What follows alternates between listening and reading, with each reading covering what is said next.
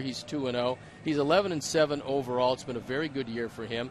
Some are surprised he wasn't traded at the deadline, but here he is, still with this Kansas City team. They've got a lot of very good, very young talent. Chen's one of their better starters. We've got to beat him today to eliminate a sweep. All right, sit back, relax, and strap it down. White Sox baseball coming your way.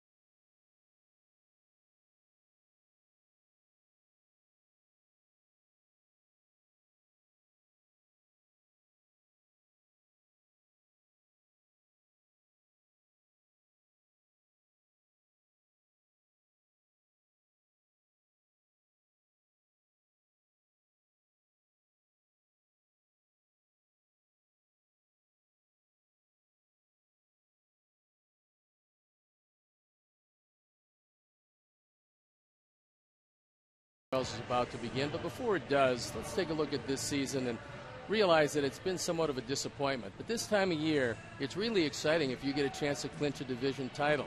That's something the Sox have been able to do 5 times since they started divisional play back in 1969.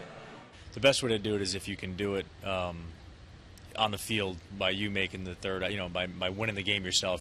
It's the light at the end of the tunnel, and you know, it was a long race, and you're getting down to the finish line, and you want to finish first. You get excited about it.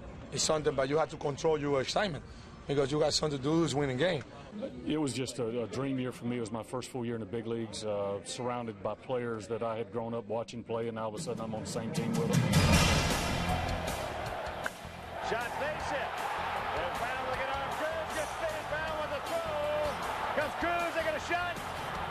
Save. The ball game is over. Everybody knows it's coming. The fans want to cheer it. The media want to cover it. And the players want to celebrate it. It's the clinching game. And it's the highlight of every contender's season. It's just a dream come true. You know, I come from a small town in South Georgia, and all of a sudden you wake up and, you know, I'd seen it on TV before, but actually be a part of it with a group of guys that we care about so much, it's unbelievable. Vandenberg will work from the stretch, and that is into shallow center. Shoots for the run. Cruz tags. Here's the catch. Here comes the throw. Here comes Cruz. The Golden Ray.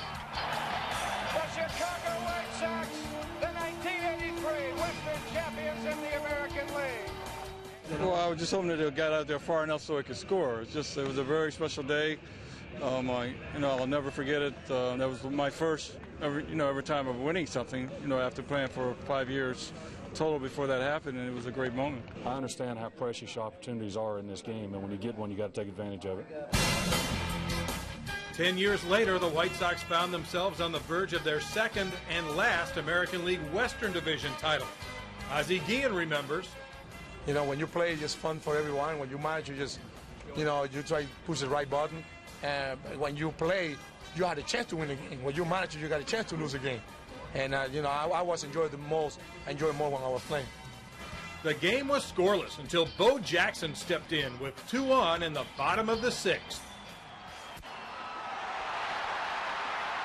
High towering drive into left field. Brian Turang back, looks up, you can put it in the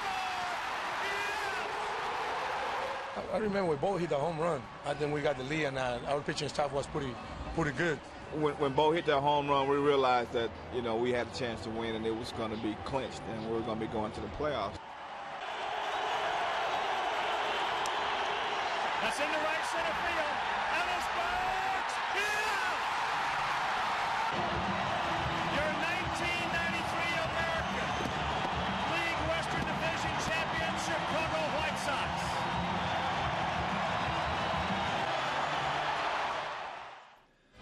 It was a brand new White Sox team that battled for the AL Central title in 2000. Maybe it was due to inexperience that the Sox played 2 clinching games that year. Charles Johnson's homer on a Saturday night in Minneapolis only secured a tie, so the Sox had to wait until Sunday to celebrate. Sort of. It was kind of a weird day. We got walked off and lost. Bring them together, and in fact, as that ball hit deep, way back. Nags looks up. You can put it on the board, and this ball game is over, but Cleveland had lost, so we had clinched. You had 2 teams celebrating on the field at one time, which was kind of rare, I guess. Although, I mean, clinching is clinching, and, you know, you'll take it any way you can get it. But if you have your choice, you'd like to, you know, have a magic number of 1 and go out and win the game yourself and just do away with it and put it away.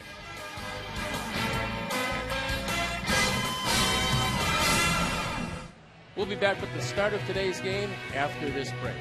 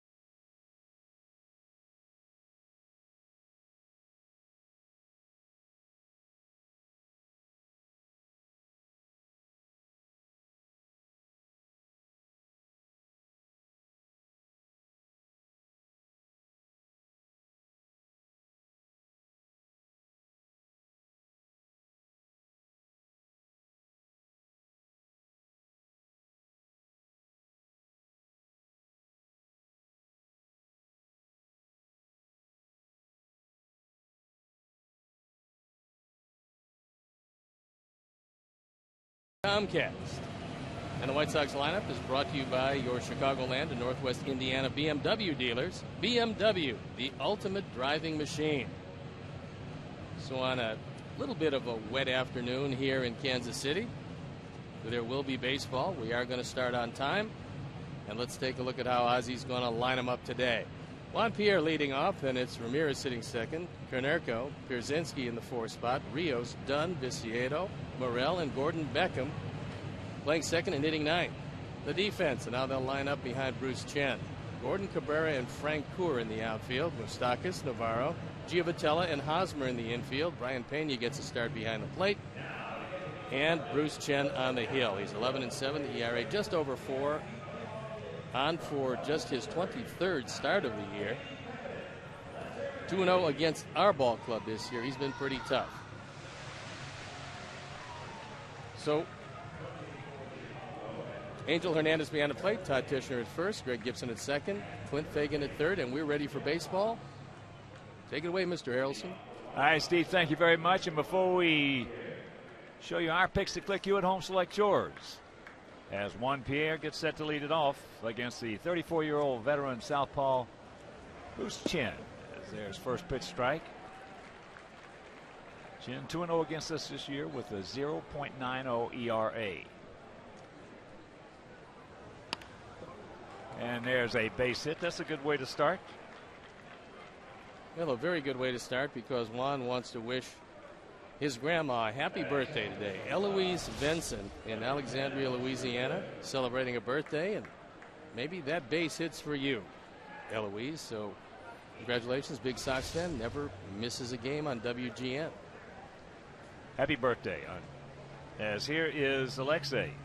Alexei at 271, 14 homers and 66 knocked in. He is 7 for 11 in this series as he takes first pitch strike. Outfield playing him to pull. This outfield in Kansas City plays shallower than any outfield you will ever see in the big leagues. They got him picked off. He gone.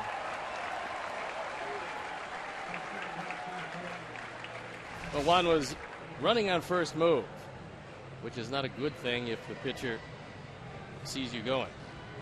So it goes 1-3-4. And Juan Pierre is cut down at second. And the 0-1 pitch to Ramirez. Sox come in hitting at 254 as a club with a 4.06 ERA. Sox 40-36 on the road this year, but 33-42 at home. Sox on a 7-game losing streak. As that's into right field. And very quickly, 2 down.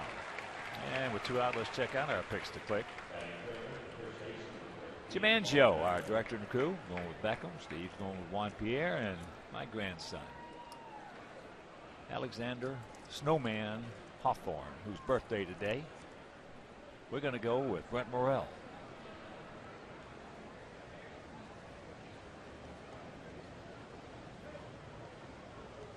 And here is Paulie.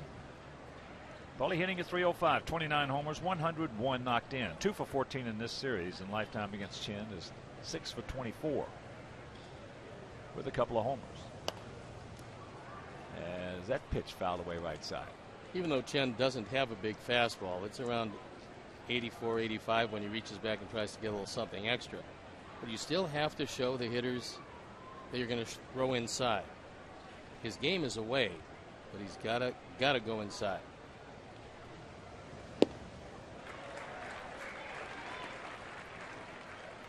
One and 2 the count.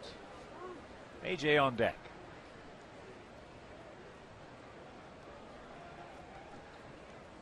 This is the 15th meeting between these two teams. In the first 14, Kansas City has won 9 of them.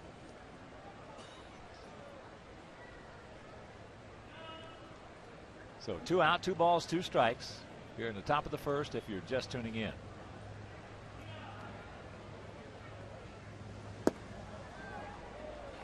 Full count.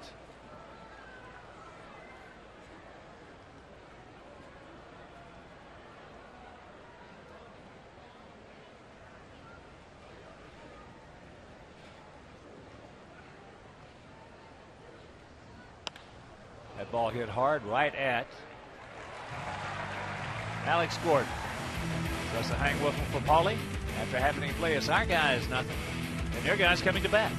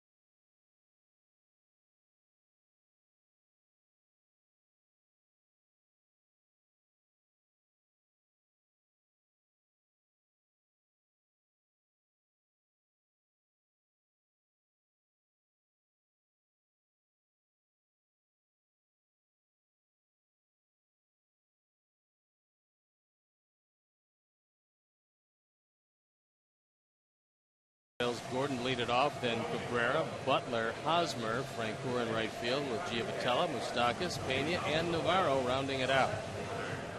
The defense behind Johnny Danks, Pierre Rios and Viciedo left to right with Morel, Ramirez, Beckham, and Konerko. A.J. Pierzynski gets a nod behind the plate. And Johnny Danks on the hill looking for win number 7, and this is 26th start. And here's Alex Gordon. Besides being one of the best defensive outfields, it's also one of the most productive offensive outfields. They all have at least 18 home runs. Gordon has 22. They all have knocked in at least 80 runs, and they all have 40 or more doubles. So there's out number 1. And that'll bring up Melky Cabrera. Melky hitting at 303, 18 homers and 83 knocked in. They also have at least 17 or more stolen bases. Gordon has 17, Cabrera 19, and Francoeur 21.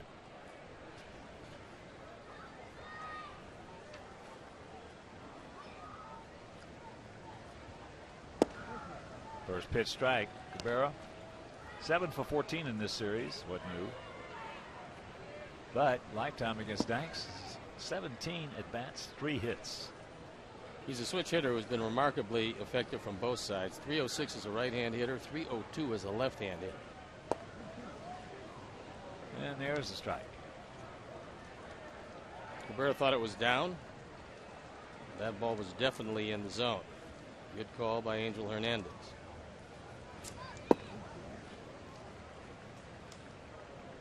Outfield straight up, spread out.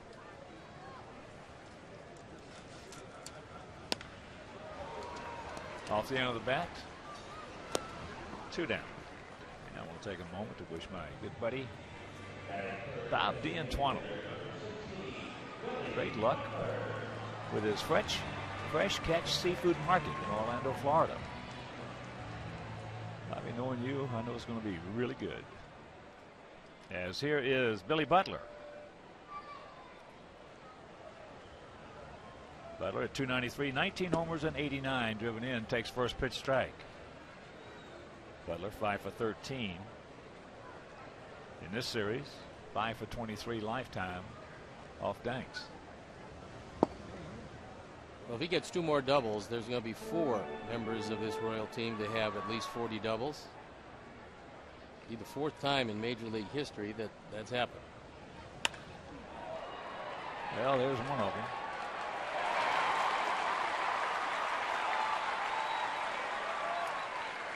Now 1 more to go. So the 2-out double. 39th double of the year as he slices his ball away from Viciedo.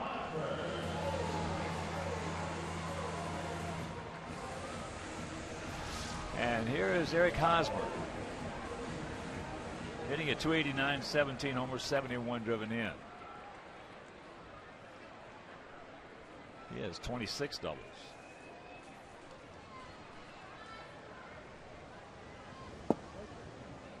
First pitch strike.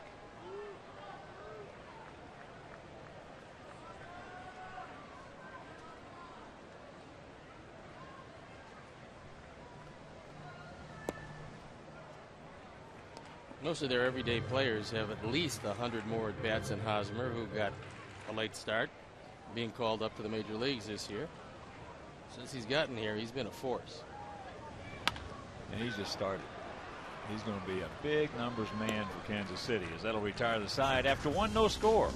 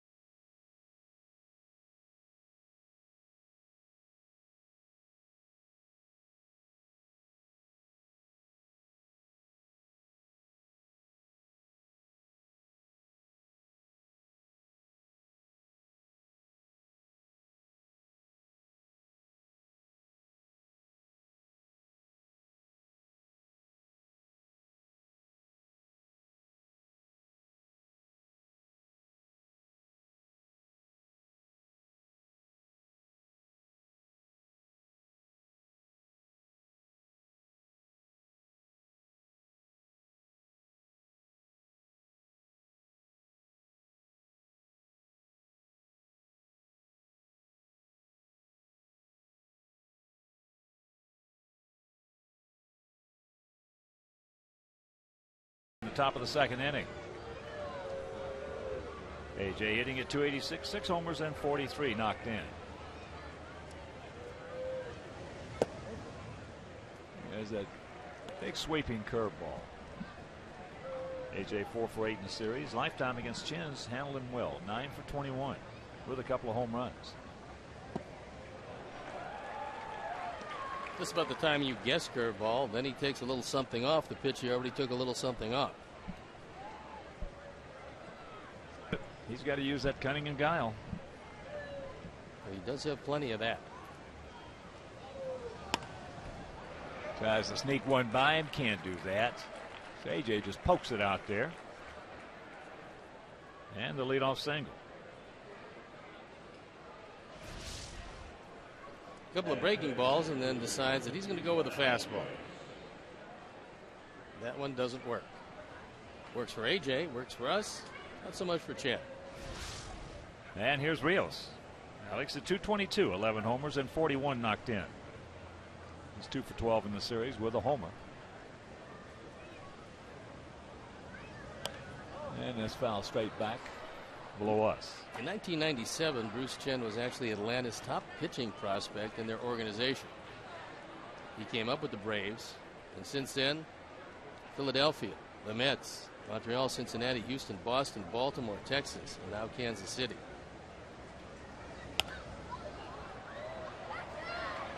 And that popped up. Yamaiko, Navarro, the shortstop.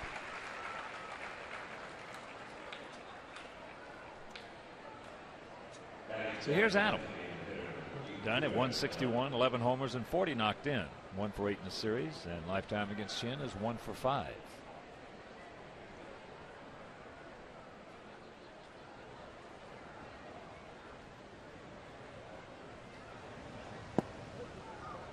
First pitch strike. Pena wanted it inside. Chen got it away. Adam told me he's going to be looking away. Then he pops it up. Gordon, foul ground. AJ, knowing it was a foul ball, there was really nothing for him to do, but he got in the tag-up situation in case Gordon might have banged into the wall, realizing you're not going to run on that arm normally. So here's the Tank. Tank's hitting at 284, a homer, 5 RBIs.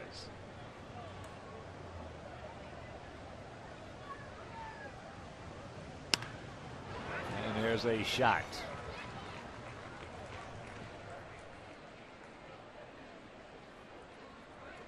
So 2 out, 2 on.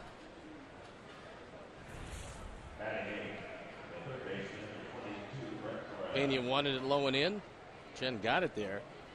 But because he doesn't throw hard enough, all Diane did was open up and hit the daylights out of it. So here's Brent Morrell hitting at 251, 8 homers and 34 knocked in.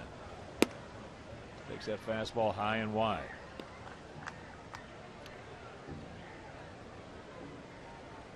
Morrell 2 for 10. Lifetime off Chin with a homer.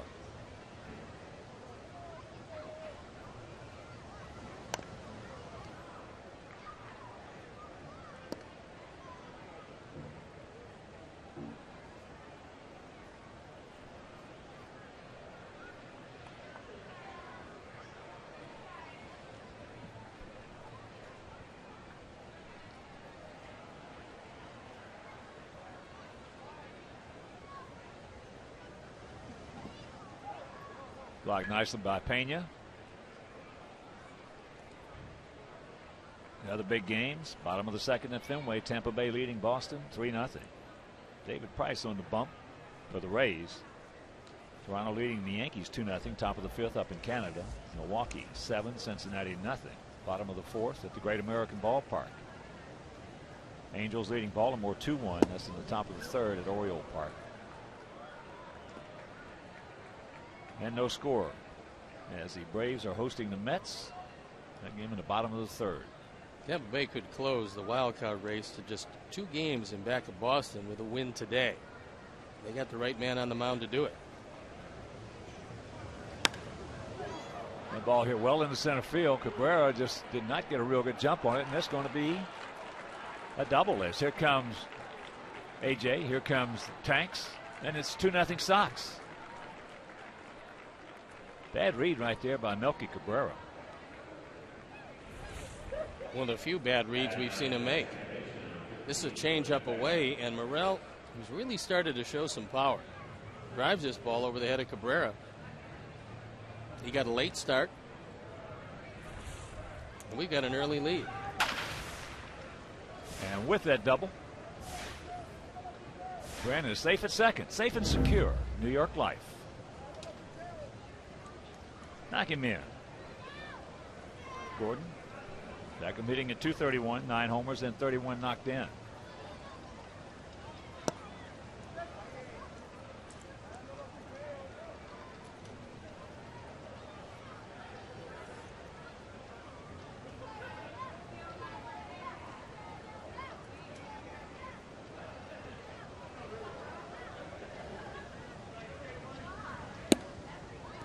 He's got the catbird seat, 2-0.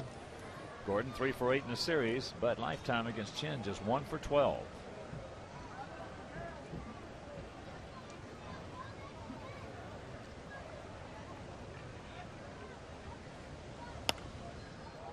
It's jammed. Hosmer's there, and that'll do it. But the 2-run double by Brent Morel. It is 2-0 White Sox.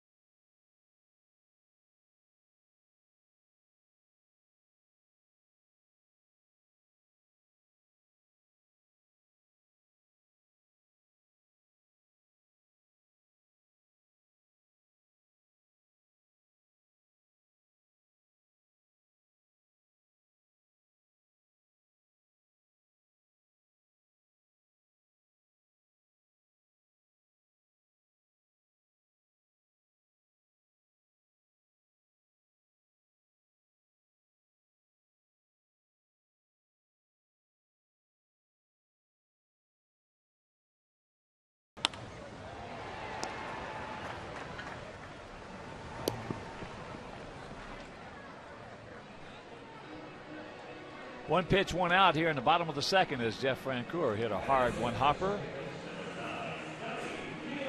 to Alexei. You figure that Kansas City, normally an aggressive team, is going to be very aggressive here today.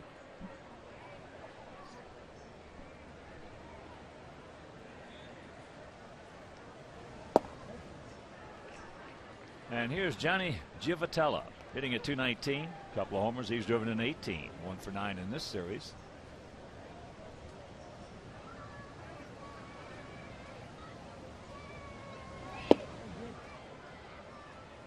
One and one to count.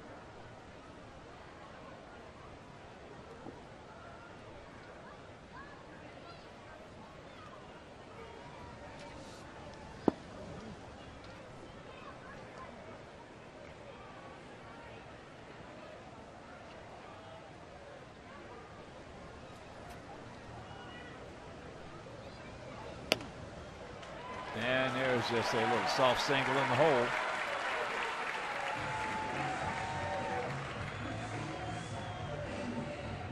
Givotella, 4 for 6 in stolen bases. And a reminder, Bacardi at the Park, the White Sox new restaurant and bar, is open, offering a full menu from Gibson's Restaurant Group. Bacardi at the Park is a place to meet and watch all the action on over 70 screens. And also they have college football Saturdays, pro football Sundays, where you can watch the Bears. And it's right across the street from US Cellular Field.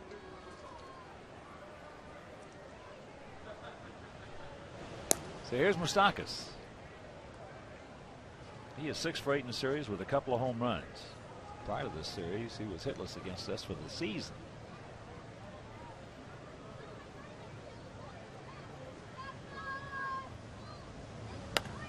And that's popped up. Morel. 2 down. Kansas City has 144 stolen bases. They've been caught 54 times, but a lot like Mark Burley, Johnny Danks has a tendency to be able to shut down a running game.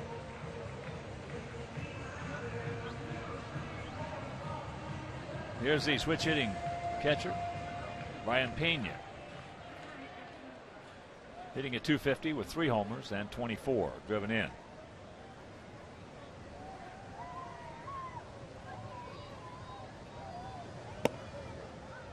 That's high and wide.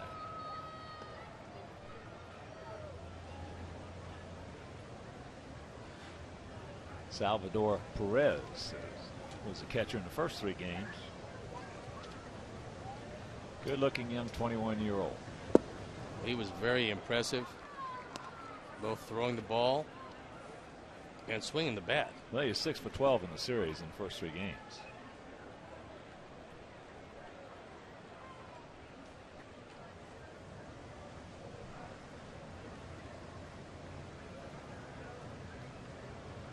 One pitch.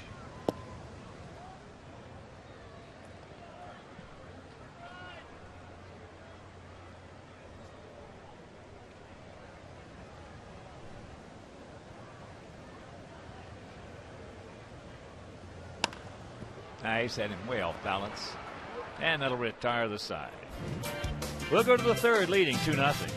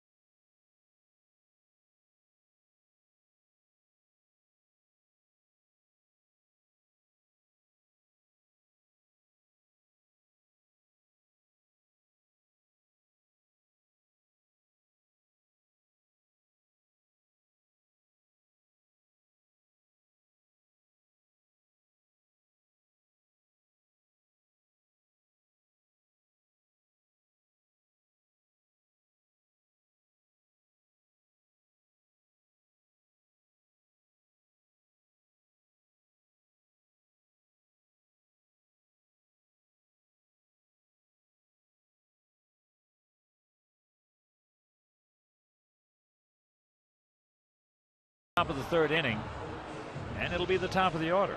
Juan Pierre, Alexei Ramirez, and Paul Konerko. Pierre single, but then was promptly picked off or caught stealing. Juan now 27 stolen bases in 42 attempts.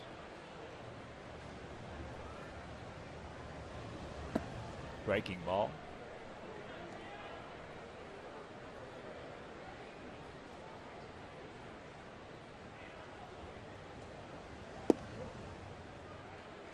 And there's the strike. Outfield, as you would expect, more shallow than normal. Gordon is over toward the line and very shallow and left.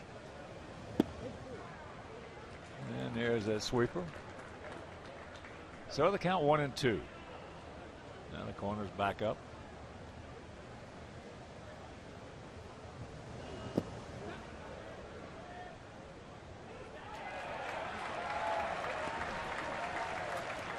Clint Fagan. Juan thought he checked his swing,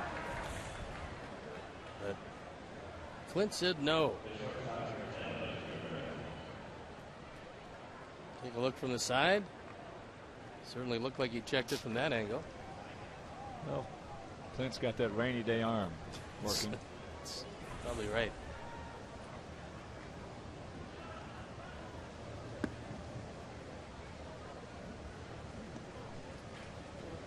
Alexei popped up to right field.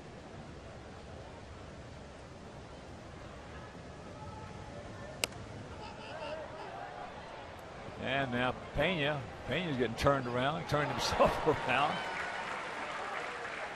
Unusual way to catch a pop-up. I hadn't seen that in a long time. Most catchers don't like to do it that way.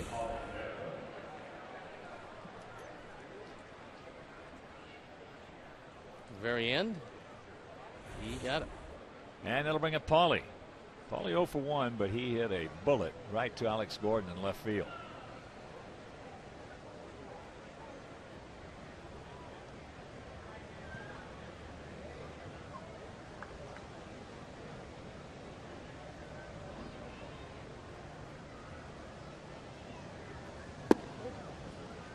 First pitch strike.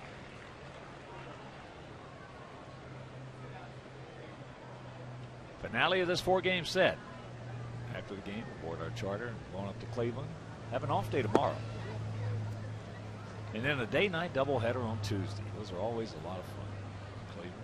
Well, especially in Cleveland. They're going to be packing them in for that. Got a game at 1. That'll be Gavin Floyd against Fausto Carmona, and that game will be over WCIU. And then the 7 o'clock game, that'll be Dylan Axelrod. That ball high in the center field. Back near the track. He just missed it. Meanwhile, 1-2-3 inning. But it is still 2-0 Good Guys.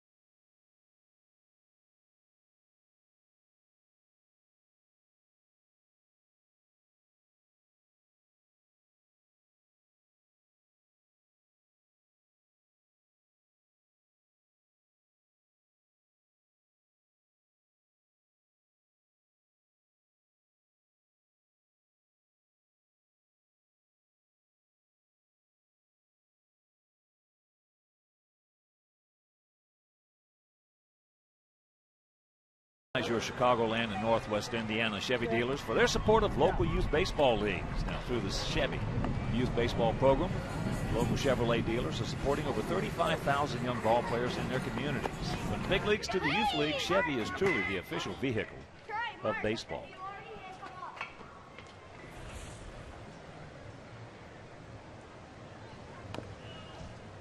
There's a bunt attempt by Yamako Navarro. Pretty good idea when he took a look at Brent Morrell back at third, but no execution. Navarro hitting at .232. 1 homer, 8 RBIs. Outfield. Straight up and spread out.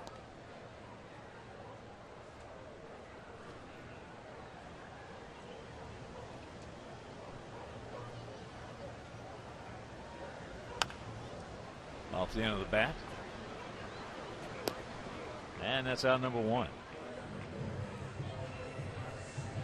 I think I said the Tuesday game, 1 o'clock game, was over CIU. It'll be over WGN.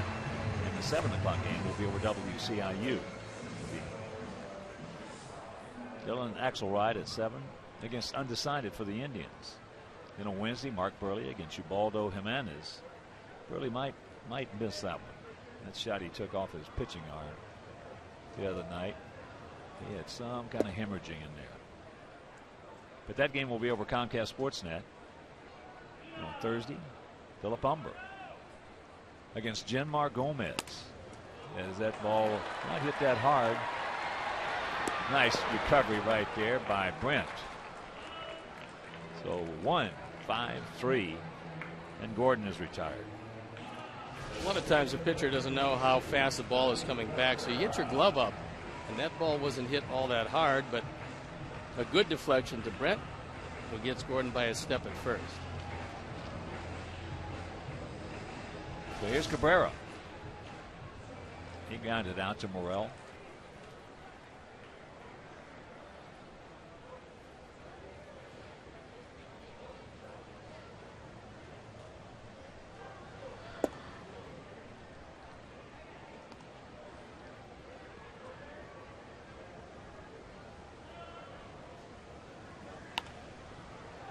And that is fouled away. Then we come home after that Cleveland series for the final homestand of the year. Friday the 23rd, these Royals will be in town for that 3-game set. And that's popped up. AJ gets rid of the mask. And that's a quick 1-2-3 inning. We'll go to the 4th. It is 2-0 Sox.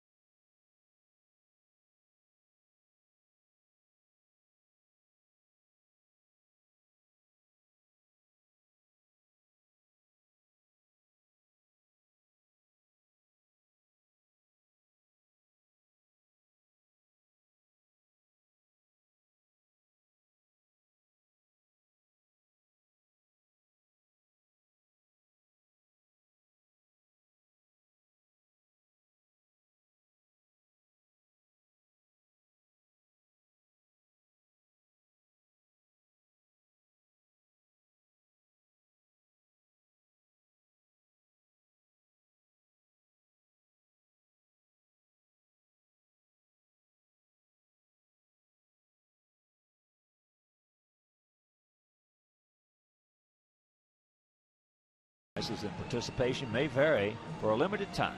A la carte only. It'll be Pierzynski, Rios, and Dunn to face Cy Chen, Bruce Chen, who has looked merely mortal today. 2 runs on 4 hits. It's only the 4th inning.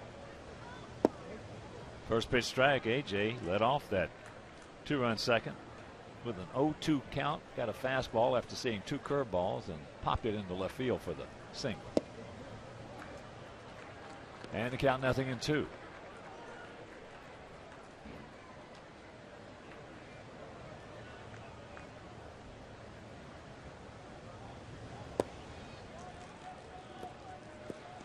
Outfield bunched just a bit.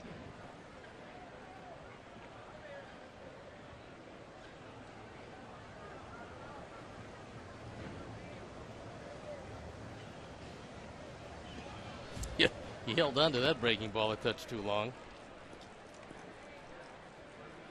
This ball was outside the right-handed batter's box.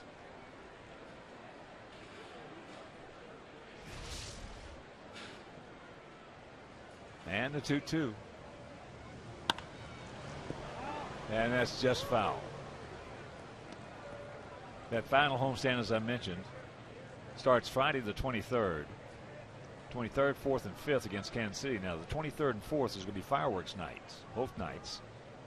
And, of course, Sunday is a day game. And then we'll finish up the season with that 3-game set against the Toronto Blue Jays. But fireworks on the 23rd and fireworks on the 24th. So make your plans to be with us at beautiful US Cellular Field. Final homestand of 2011. Unfortunately.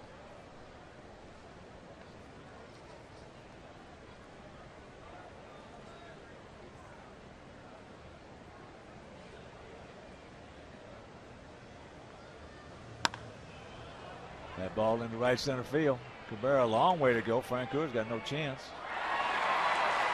Melky gets there. Well, I can't believe he made that catch. He closed some ground on that one.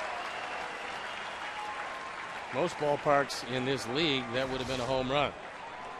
But not here in Kansas City, as Melky is off to the races. He hauls it in and takes at least a 2-base hit away from A.J., possibly, dare I say, even a triple.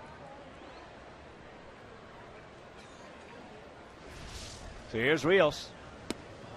Tries to backdoor him and he missed.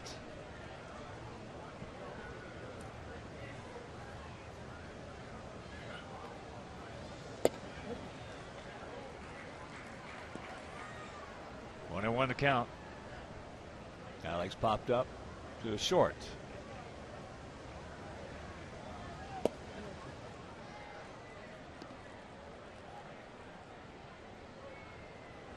Nice catch by Cabrera.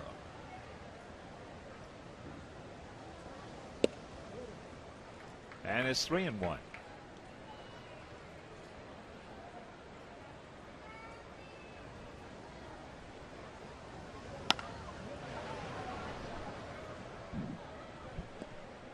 Zach Greinke on the bump against Cincinnati. Greinke going for his 15th victory. He's 14-6 coming in. Milwaukee leads it 7-1. There's a young man who wants to give away his souvenir. And there's ball 4.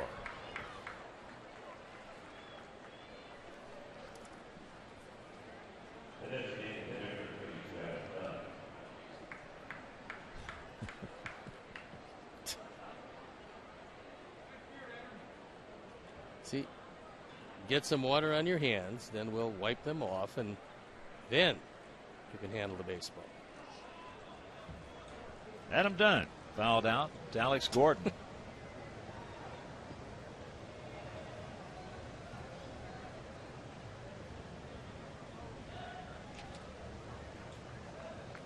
Adam 1 for 4 last night.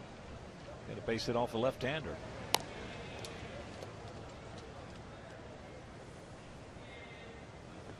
Adam only had 1 strikeout this series.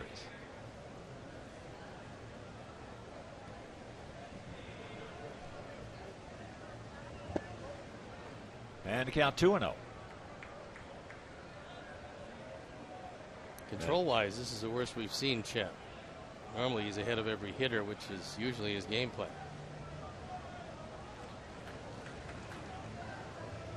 Short lead by Rios.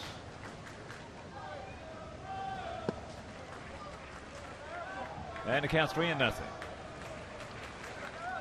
Yankee Blue Jay game still going on at 3-0 Toronto. Now in the top of the 6th inning. There's a shot. Finally, they turn him loose 3. Somebody loose 3-0. And here comes Rios. And look what happened. My goodness. A double and run batted in. Number 41 for Dunn. Gets a 3-0 fastball right down the middle. Takes it right down the line.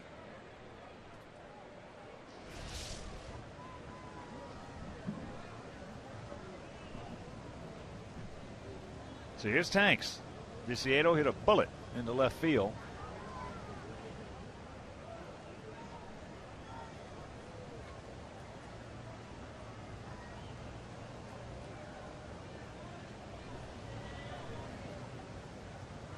And scored. That was in the second. Takes ball 1. 3-5-0 for our guys. No runs, 2 hits, no errors for their guys.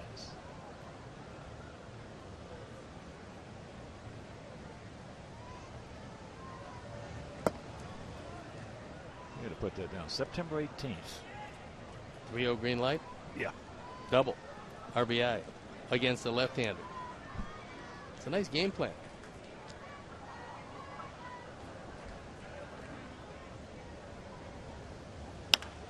And there's a base hit. That a boy.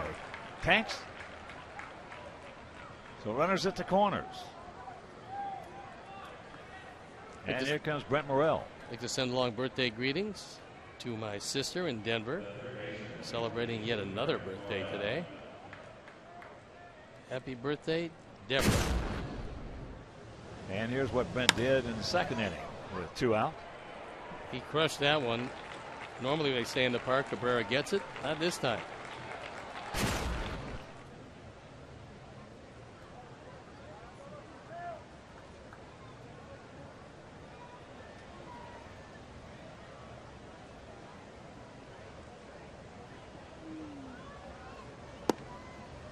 And that pitch outside. Tampa Bay now leading Boston 4-0. Tim Wakefield on the hill against David Price.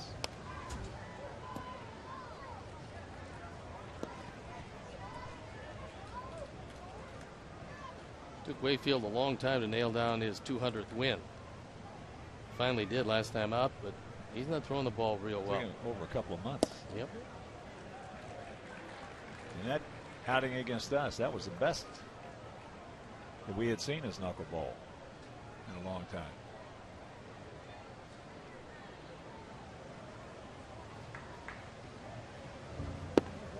And that's outside. 2-2. Like Early Wynn, former Sox right-hander. Early had some great outings going for his 300th victory. He finally got it right here in Kansas City. Jerry Walker came in and pitched the final 4 to nail it down. Walker was pitching like a man possessed. He had to, because Early might not have had another shot at it for a while. And that was one of the worst games he had going for his 300th. But he got it. Oh, Gus. Good man.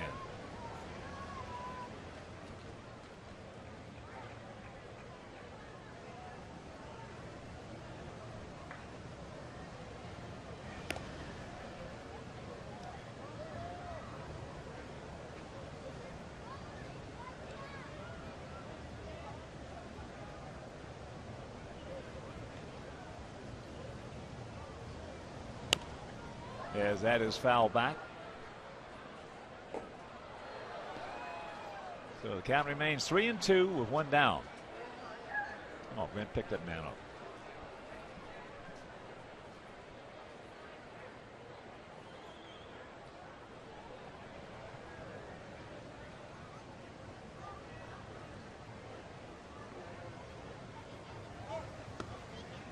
And there's ball 4. That will load him up for Beckham.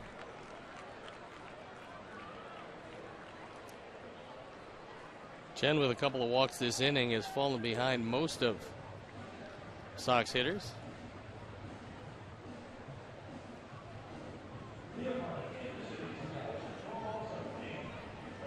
So Bob McClure comes out. He wants a word with him. Don't usually associate wildness with Chen, but that's been the story today.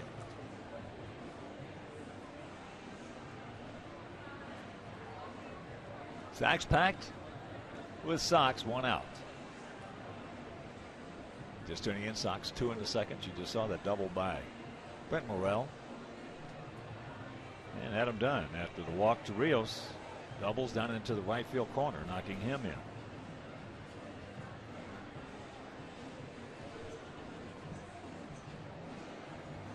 Clear talking with Angel Hernandez, perhaps about pitches he thought were good enough. Hernandez didn't.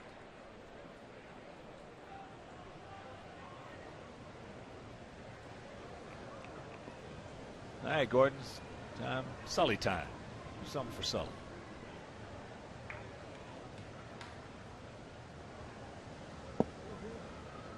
As he takes ball 1.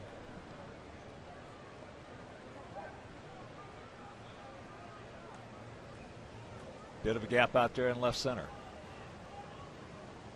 Moustakas off the line at third.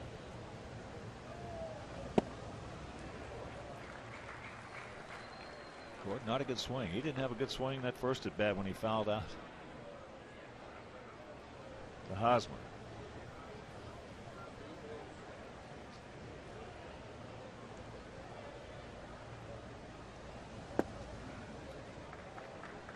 And the count 2-1. Later on, Justin Verlander going for win number 24. He's 23-5. 2.36 against Moscoso for Oakland.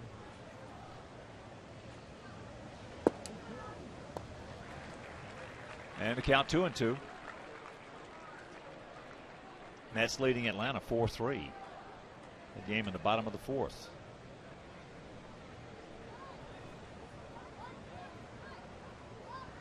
That's with 4 runs in the top of the 4th.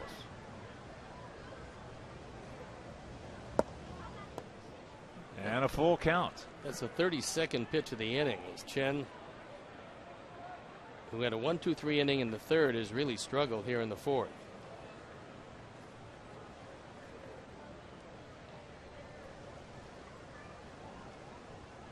And the payoff. Well, straight back over our heads.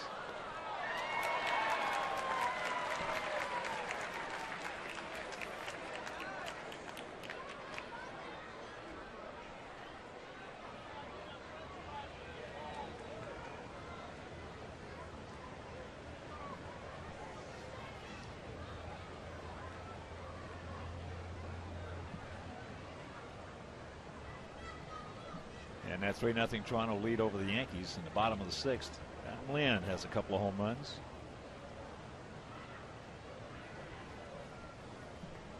Both those coming off Freddie Garcia. And that's chopped down foul.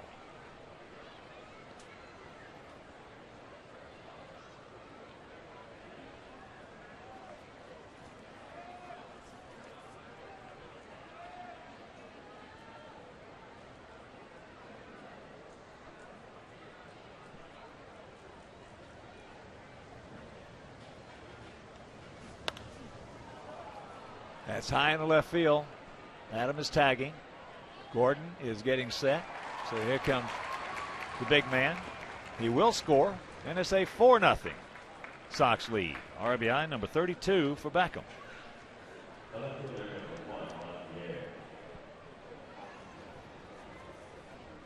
42.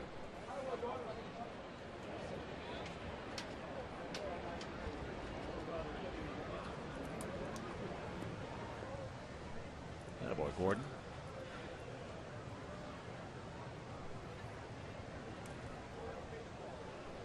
And here's one. He's 1 for 2. Takes first pitch strike.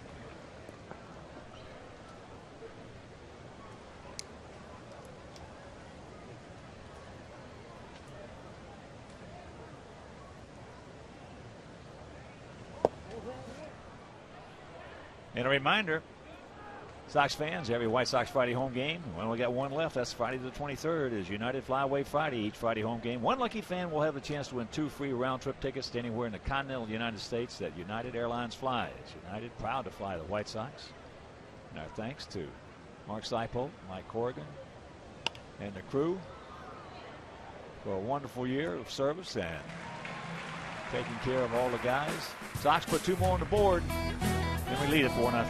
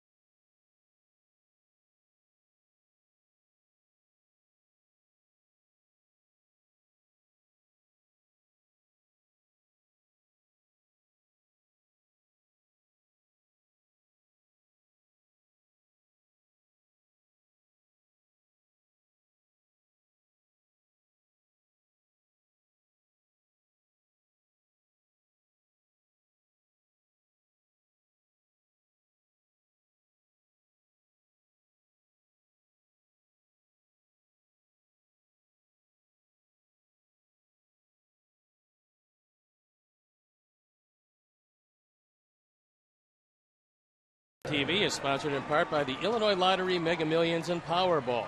Tuesday's Mega Millions jackpot is worth $75 million, and Wednesday's Powerball jackpot is worth $25 million. Billy Butler will lead off the bottom of the 4th. 4-0 Sox.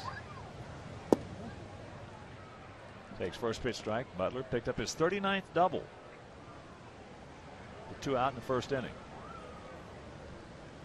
I think AJ caught that one off the finger.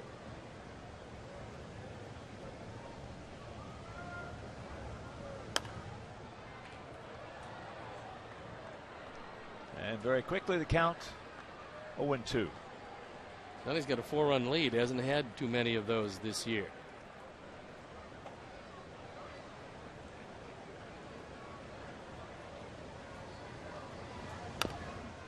Last time he had I think it was a 4 or 5 run lead a long time ago. He left and didn't get to win. Bye-bye. Early in the season when he went through some really good times, he had some very bad luck. Grant. That's out number 1.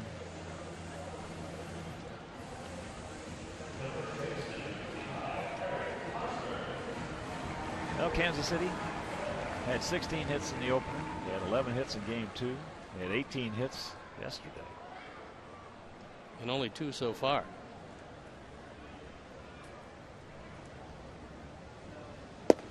Here's Hosmer. Takes first pitch strike. He grounded out softly to Beckham at second.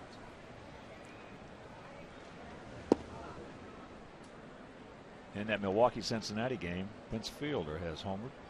Number 34. Corey Hart has hit number 25. And Gomez number 7. Fortunately, that one didn't get a piece of Frank Gore, who was in the on-deck circle, as Hosmer threw the bat straight back.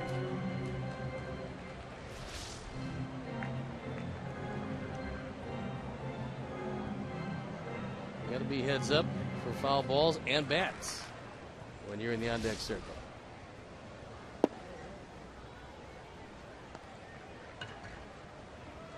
Two balls, 2 strikes.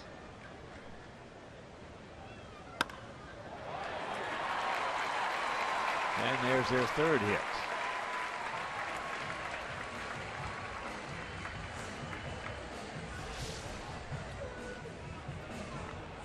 Hosmer has terrific plate coverage. Would prefer the ball down, but doesn't mind it up. Hits just about everything hard.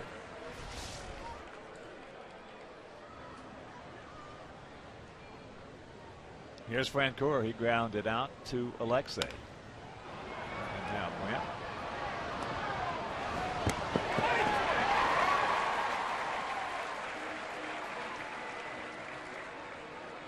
So they get the lead man 2 down. Getting very close as Gordon got the throw off, despite it being a slow developing play. Just barely tied the throw at first.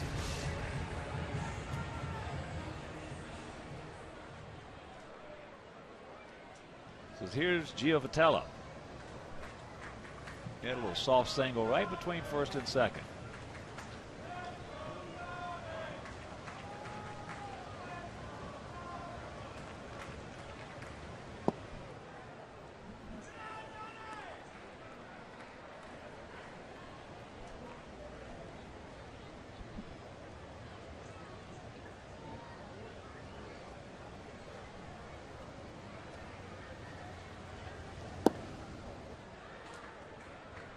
And make your plans to be with us at Sox Fest. That's January 27th, 8th, and 9th. Special treat. White Sox fan favorite Joe Creedy, the current former team members, are going to be there. That'll be at the Palmer House Hilton. And that pitch is going to be fouled and out of play. And Sox Fest 2012 hotel packages and weekend passes are on sale right now exclusively at WhiteSox.com. So visit WhiteSox.com for more information. Joe Creedy. Great to see him the other day.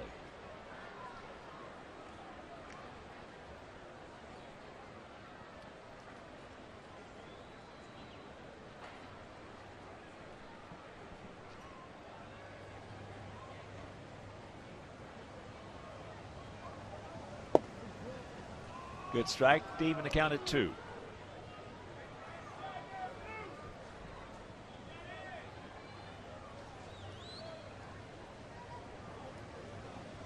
There's a young lady not too concerned about the count.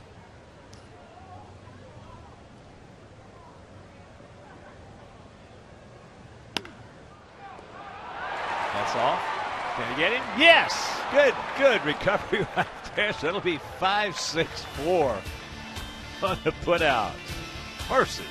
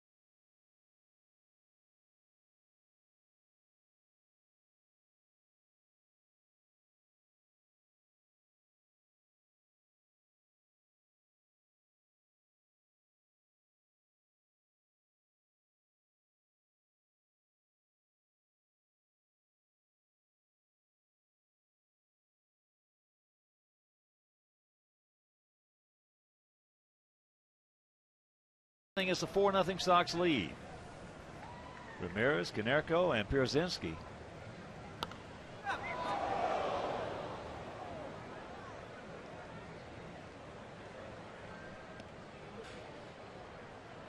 Everybody appears to be okay on a line drive rocket in the seats.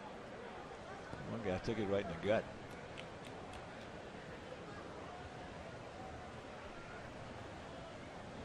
But he's all right. And the count 0-2.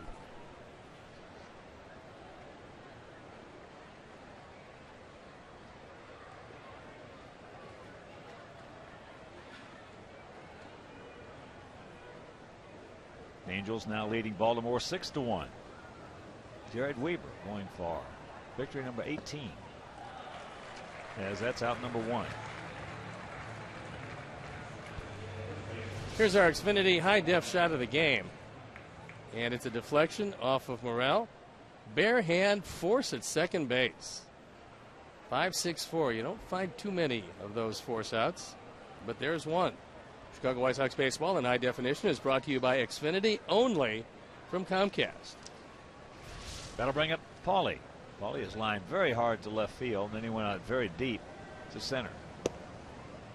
So he tries to backdoor it and misses.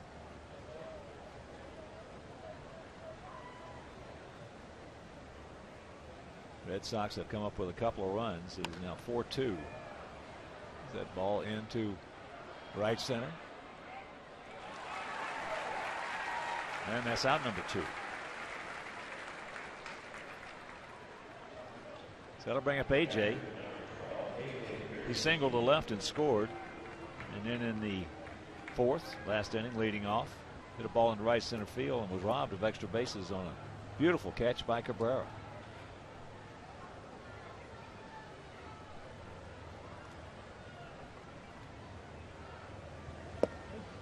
Takes first pitch strike.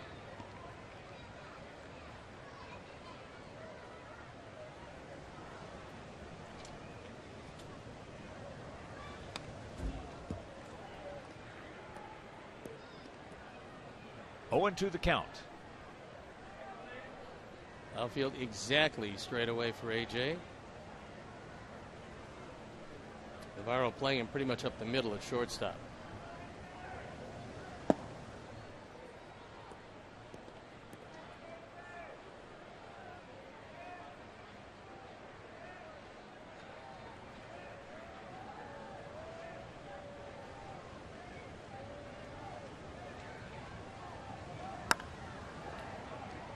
That's into short right center, and that's going to fall for a base hit. So AJ's 2 for 3. And when we get to Cleveland, AJ's going to have that wrist examined again.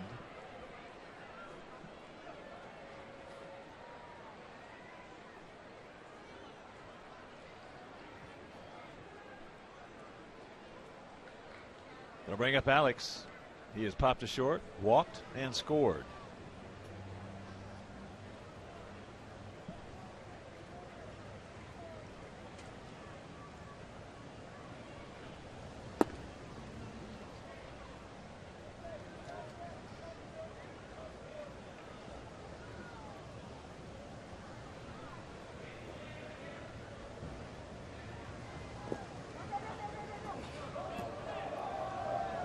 AJ started to go, then thought better of it as Pena had that ball trickle away after he blocked it. If you're not off at this point, there's no reason to go. AJ started to take off and then realized it didn't bounce all that far away from Pena.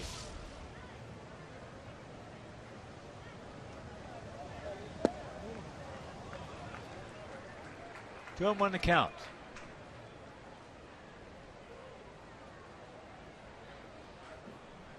Later on, Texas taking on the Mariners out at Safeco. Rangers with a 4.5 game lead. That ball hit hard but foul. Over the Halos, who appear to have that game with Weaver on the bump pretty much in hand. 6-1 Halos. 6th inning.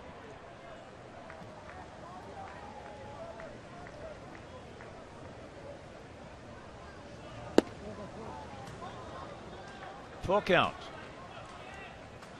D-backs with a 5 game lead over the Giants. Giants have won 7 in a row. D-backs have lost 3 in a row.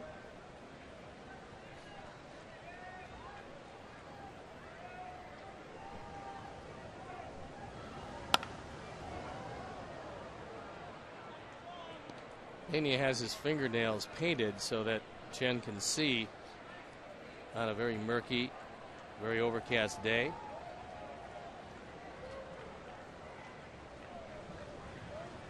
See him when he puts down the signs. Nice fingernail polish. Givatella has it, flips it over to Hosmer, and that'll retire the side. We're halfway home, and we lead it 4-0.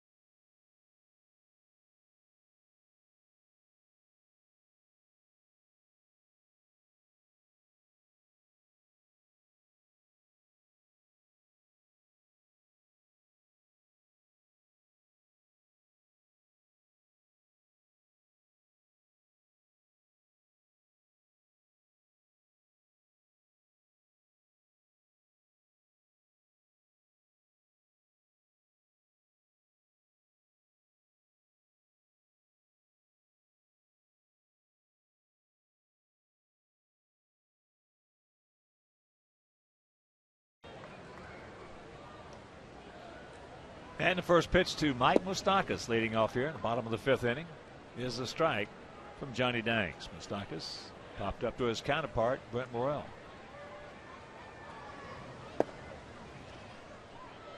Four runs, 7 hits, no errors for our Sox. No runs, 3 hits, no errors for their Royals. And that's trouble.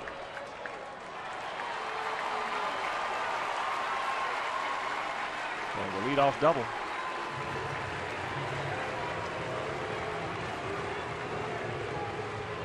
Last year, when both of them were in the minor leagues, Moustakas was the minor league hitter of the year over Hosmer. Now that they're both in the big leagues, Hosmer is a little more advanced than Moustakas, but Moustakas has really come on recently. He's raised his batting average about 60 points.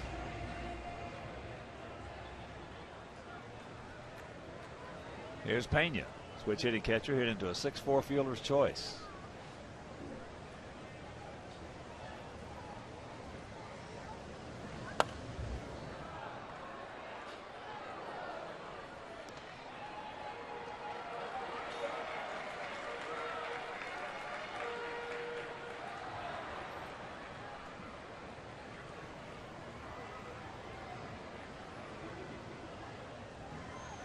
Way off that plate.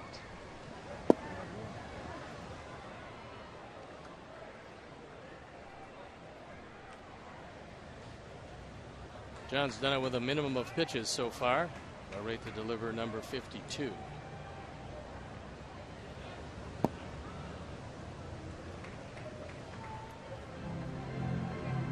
Two balls and a strike.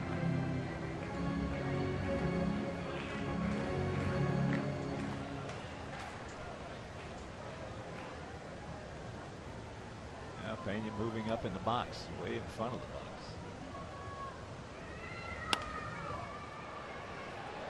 And that'll get the job done. That'll be a base hit.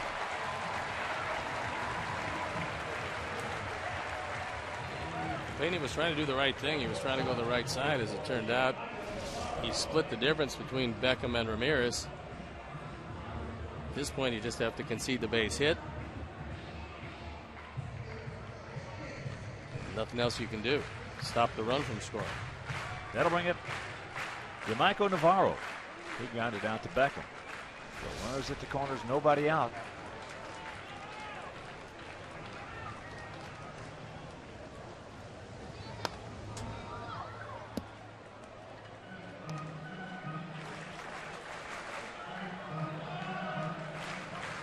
One the count.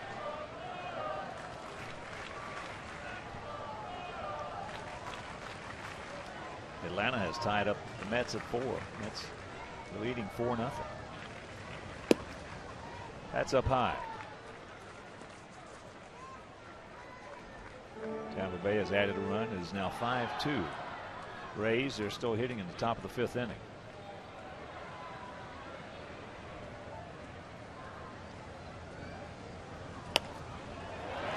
And there's a base hit. So it's a 4-1 ball game. 9th RBI of the year for Navarro.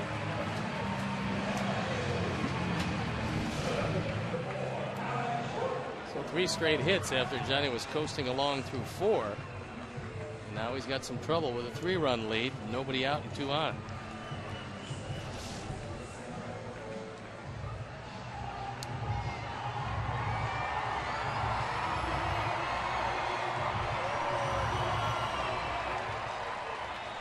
That'll bring up the leadoff hitter, Alex Gordon, who was grounded to second.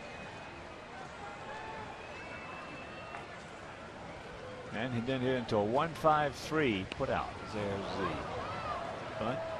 Just jabbed it, fouled it back. Nothing in 1 the count to Gordon. Gordon with no sacrifices this year. Probably not asked to do that too much.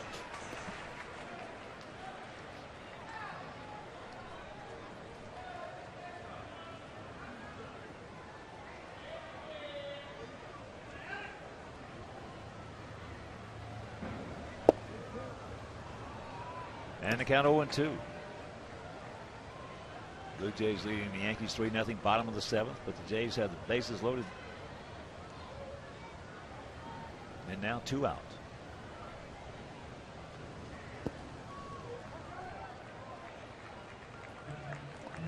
Last night, Mariano Rivera recorded his 42nd save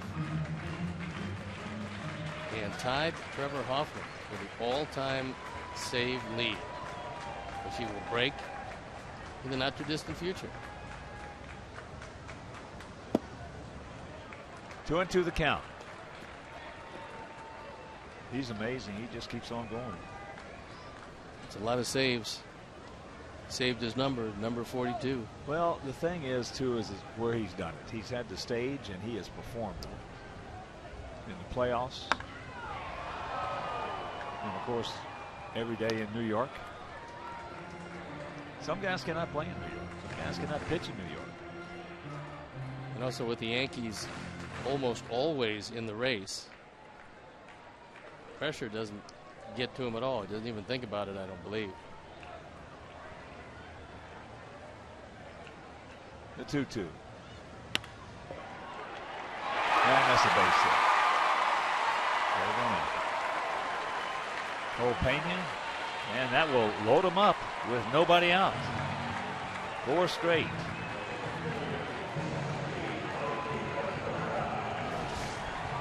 First hit of the day for Gordon.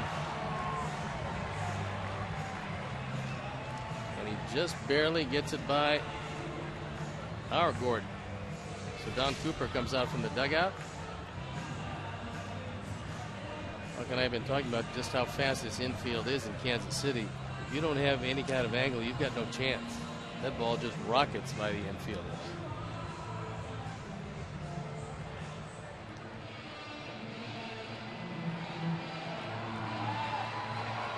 And yet it's still not as fast as the one in Texas. Or Anaheim. That one in Texas is like playing O'Hare or Midway. So here's Cabrera. He's grounded to third, and he's fouled out to AJ. Outfield straight up, spread out.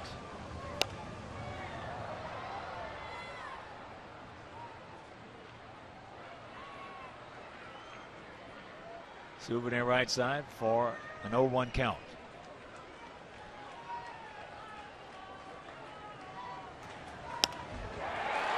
And that's into center field. Rios going to get to it, get it back in. So that's out number 1.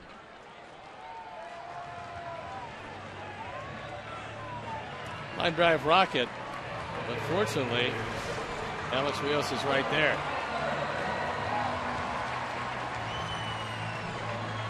I thought about running with Pena, but just briefly.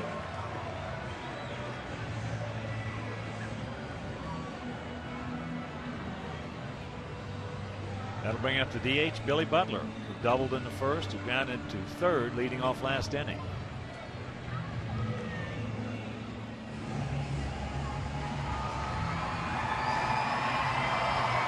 Butler in the past against us in situations like this has approached it correctly. Most of the time he does not turn the head of the bat over.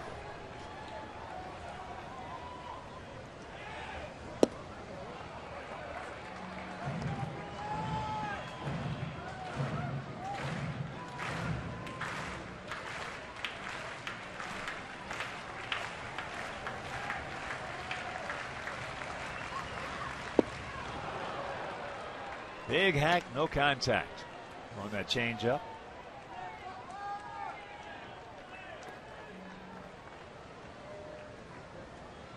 Butler is their number 1 run producer.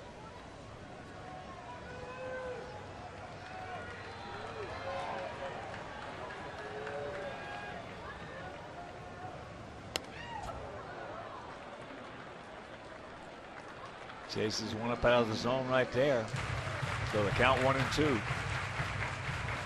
4-7-0 for us, 1-7-0 for them. But the sacks are packed with just 1 down. Butler's grounded into 15 double plays.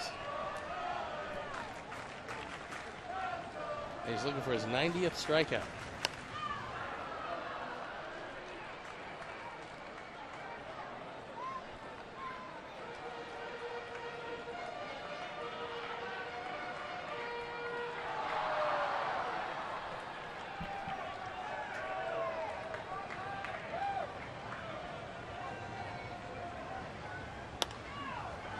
Pauly going to go.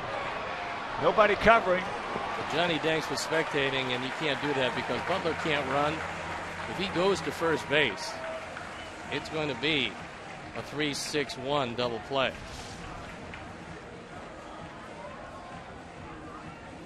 So the run scores. The inning's still alive, and it's a 4-2 game. Man. RBI number 90 for Butler.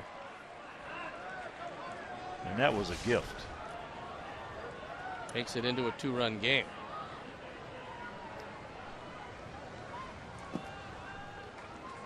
Hosmer's 1 for 2.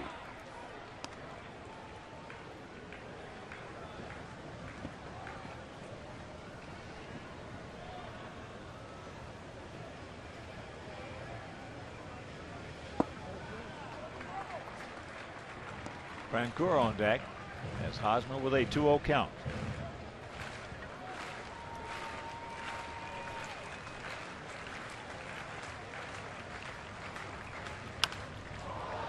Pops him up.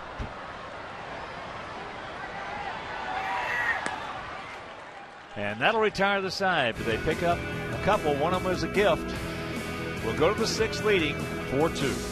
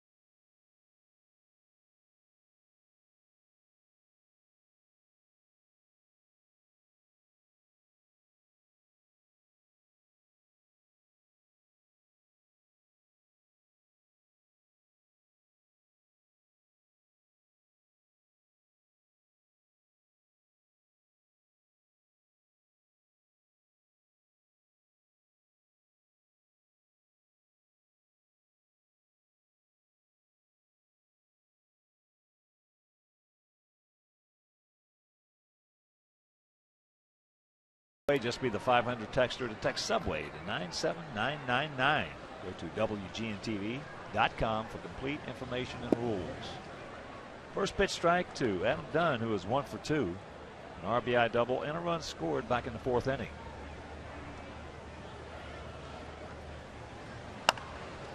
Off the glove. Stakas, and that'll be a base hit. If he doesn't touch it, it's going right at Navarro at shortstop. So Adam gets 2 hits against a lefty. And if you're just tuning in at home, as you take another look at it, well, you just look at more than he was getting. Which I don't blame him with Adam Dunn at the plate, but fasten your seatbelt because that double was on a 3-0 count. Here on September 18th. A bullet down in the right field corner. So here's Tanks hitting at 304. 2 for 2 today. And the count 2-0.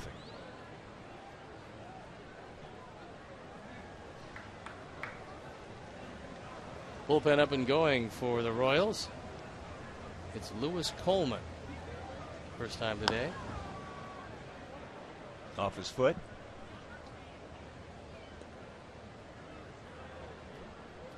And a reminder that Camarena Tequila and the Sox are teaming up to offer you the chance to be the next Southside Slugger. One lucky fan and a guest will be chosen to escape the cold Chicago winter with an all-expense paid trip to Glendale, Arizona to take the field at the White Sox Fantasy Camp. That camp runs January 16th through the 23rd, 2012. But you got to visit a participating Chicagoland spirits retailer to get your entry form. Entries must be postmarked by November 18th.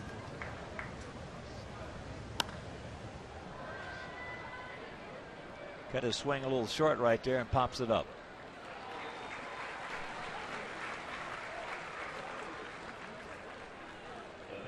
There's Lewis Coleman.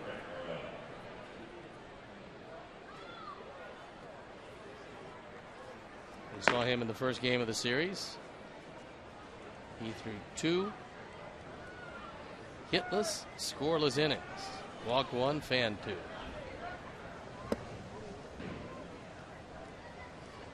One to the count to Brent Morrell, who has a 2-run double back in the 2nd inning. That got us off to a good start. And he has walked. There's a shot over the head of Giovitella. Just playing him too low. Playing him as high as he could. It's the problem with you got a little guy playing second. Those line drives just keep going over their heads. Here comes Ned Yost. And he's going to the pen. He wants Coleman. So Bruce Chen, who has really pitched well against us this season, he departs, and we'll be back.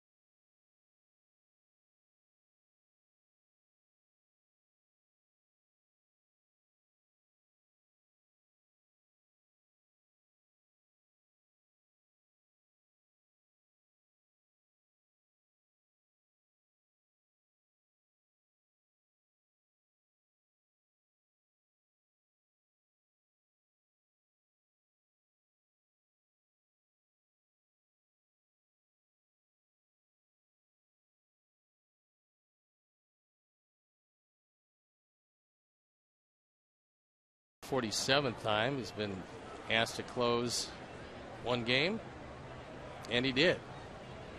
Pretty impressive numbers. 60 strikeouts, 57 innings. 25-year-old right-hander. Sidewinder with that breaking ball to Gordon Beckham. Gordon is 0 for 1 with a sacrifice fly. Coleman, 6'4", 210 pounds, out of Schlatter, Mississippi.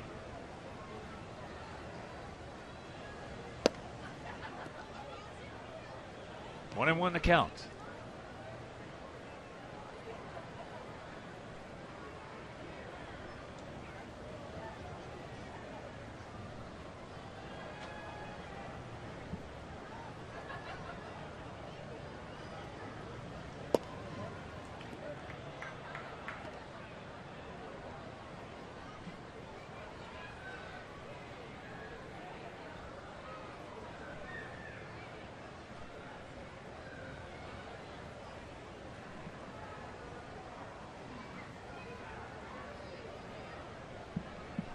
Now a little too long for Gordon.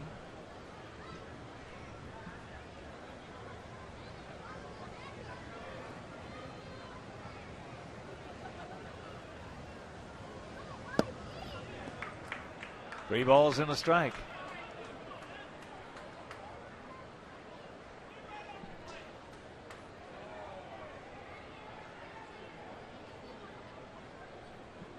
Tampa Bay now leading the Red Sox 6-2.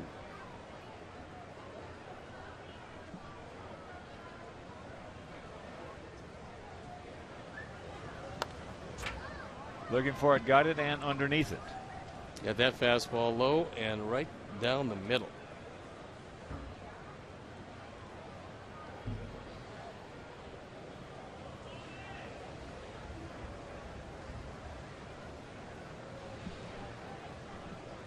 Yankee-Toronto game now in the bottom of the 8th in Toronto. 3-0 Blue Jays.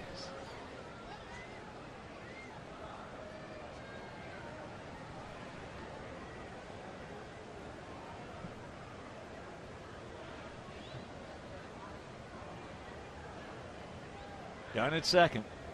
Morel at first.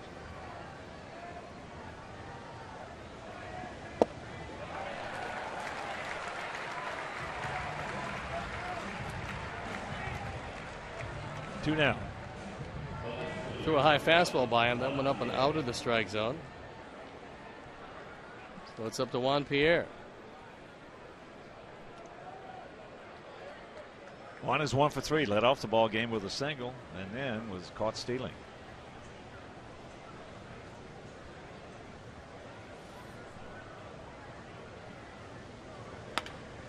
And there's a base hit.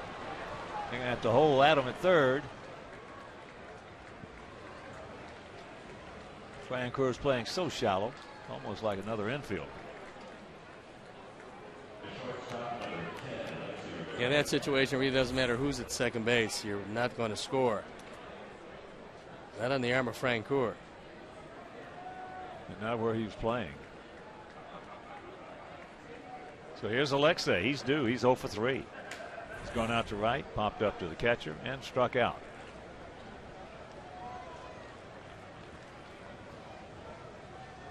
Sacks packed once again. Breaking ball. As is always in this situation, the first pitch is big.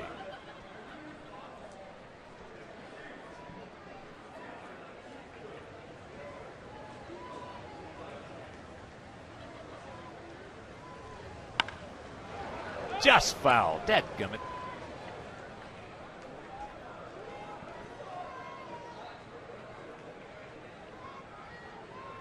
That was just a get me over breaking ball that was crushed.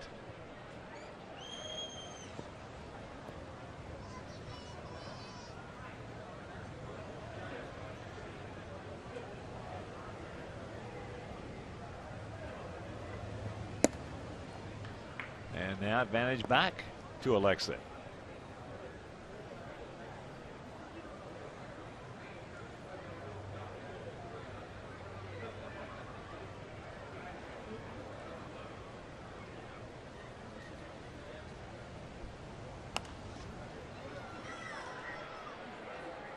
2-2 the count with 2 down.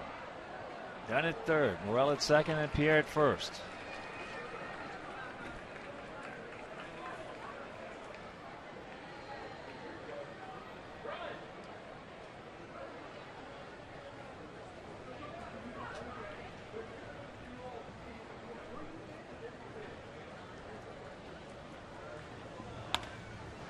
Into right field.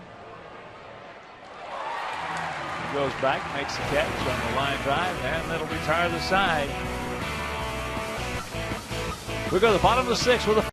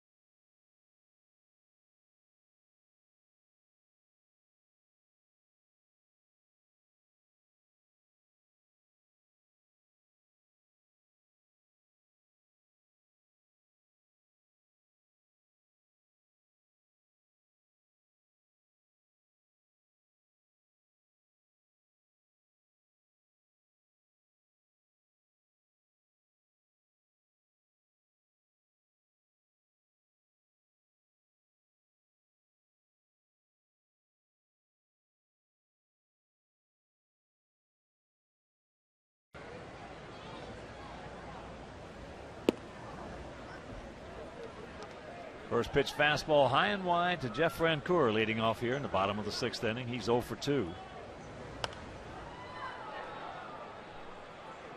4-10-0 for our Sox. 2-7-0 for their Royals.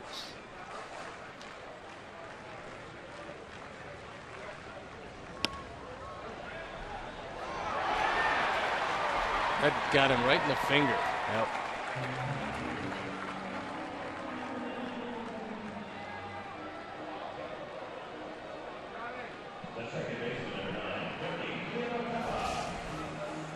We'll have to see if it's E4 or if that hop allowed him to get a base hit. It is E4, and Remy wants to come out there and take a look at it.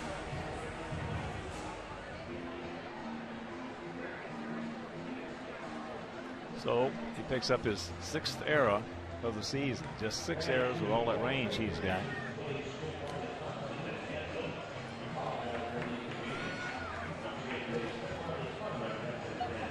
He has really played some great second base this year.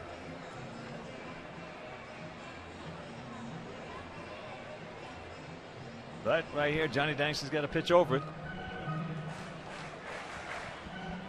Johnny Giovitella, 1 for 2, will be at the plate.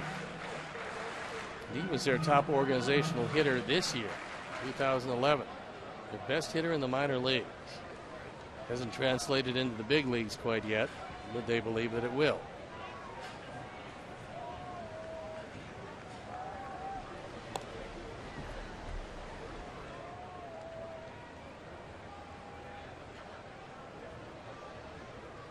Outfield, straight up, spread out.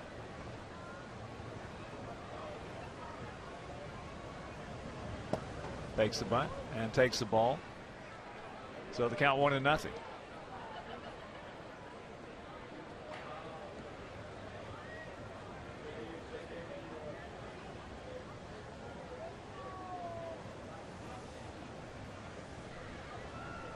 Yankees hitting in the top of the ninth, trailing 3-0 with 1 out and a man at second. There goes the runner. So he picks up his 22nd stolen base.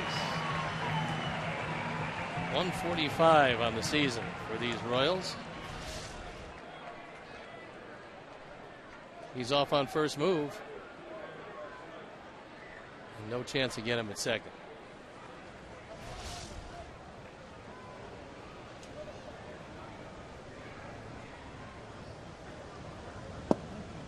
And there's the strike.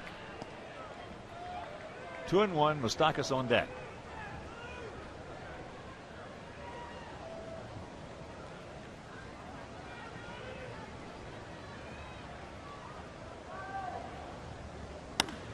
And there's a base hit.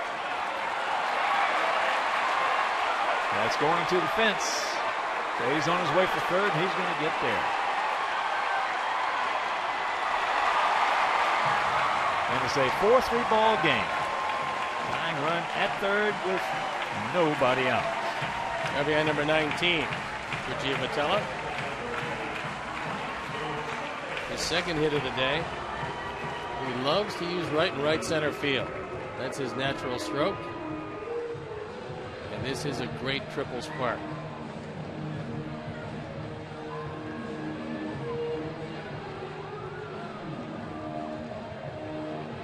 So he had a 4-0 lead. It is now down to 1 run. And that is in jeopardy as here's Moustakas. Popped up to Morel. Then last inning led it off with a double down in the right field corner.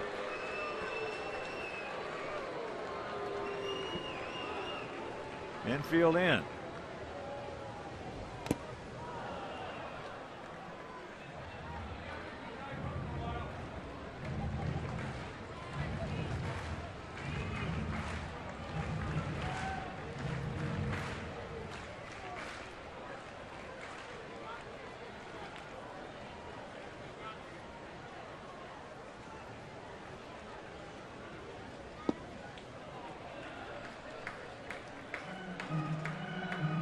One to count for the 23-year-old third baseman. Now 7 for 10 in this series. And that's controlled. So that's out number 1.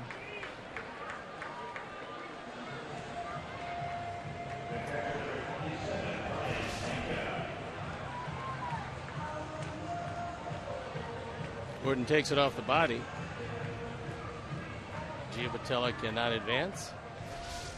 They're going to keep the infield in for Pena. He's 1 for 2 with a run scored. That coming last inning, hit a little chopper right back through the middle.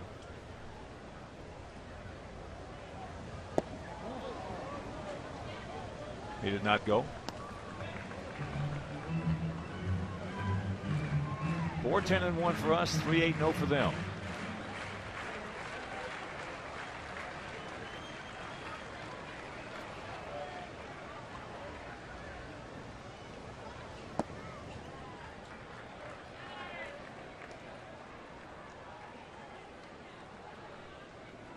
Two and 0 the count with Yamaiko Navarro on deck.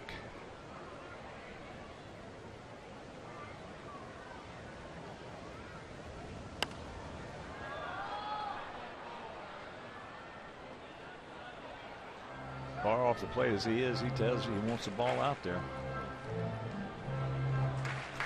And the count 2-1.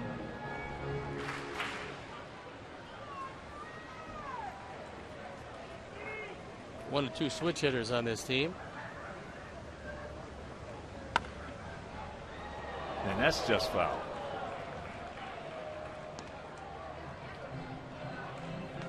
Tiny looking for the punch out right here.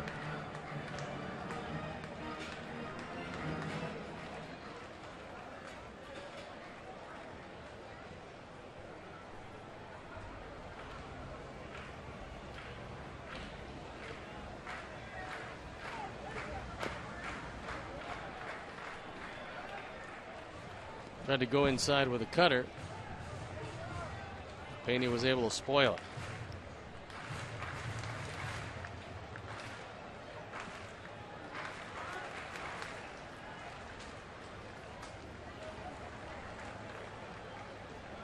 And once again, the 2-2. Change up. And a full count.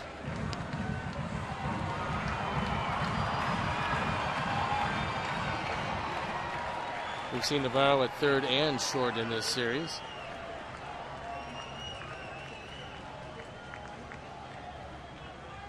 See if they double him up here. Coming to the plate. He gone. 2 down. Good throw right there by Brent. Nice play going to his left.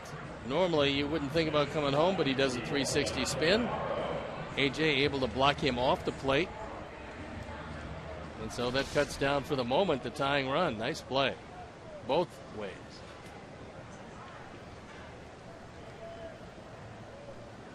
So here's the shortstop, Navarro.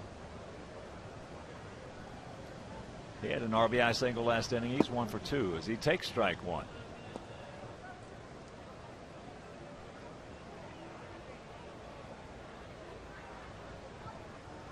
Well, 2 of their 3 runs have been gifts.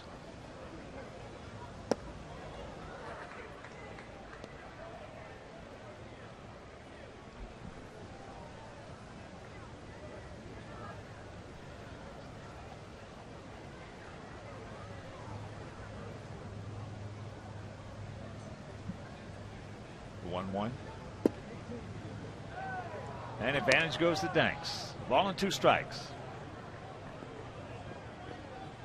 It is the final now from Toronto. Brandon Morrow. Going 8 innings. Shutout baseball. Francisco gets the save, number 16, as Blue Jays win it 3-0. Freddie Garcia takes the loss. Freddie now 11-8. He's there as a base hit.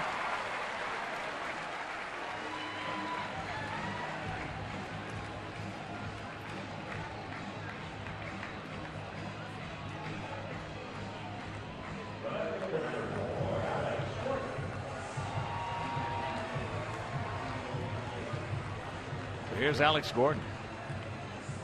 He's 1 for 3. Don Cooper on the phone to the pen, so they're going to start scurrying, take the tarp off, and get somebody ready.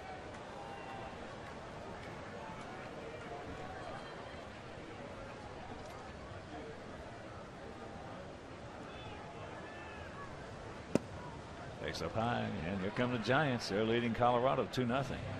Bottom of the 3rd in Denver. Giants trying to make it 8 in a row.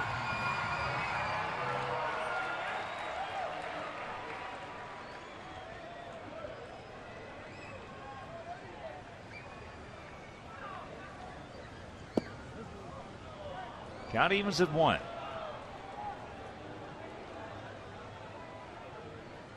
Mets and the Braves still tied at 4. That's in the bottom of the 7th in Atlanta.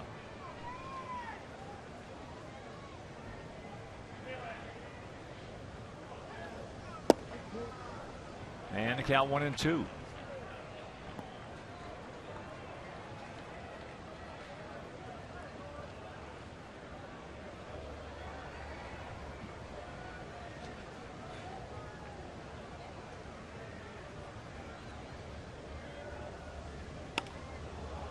That's popped up. Brent going back. He's there, makes the catch, and that'll retire the side. So they pick up an unearned run. And we're into the 7th, leading now by 1.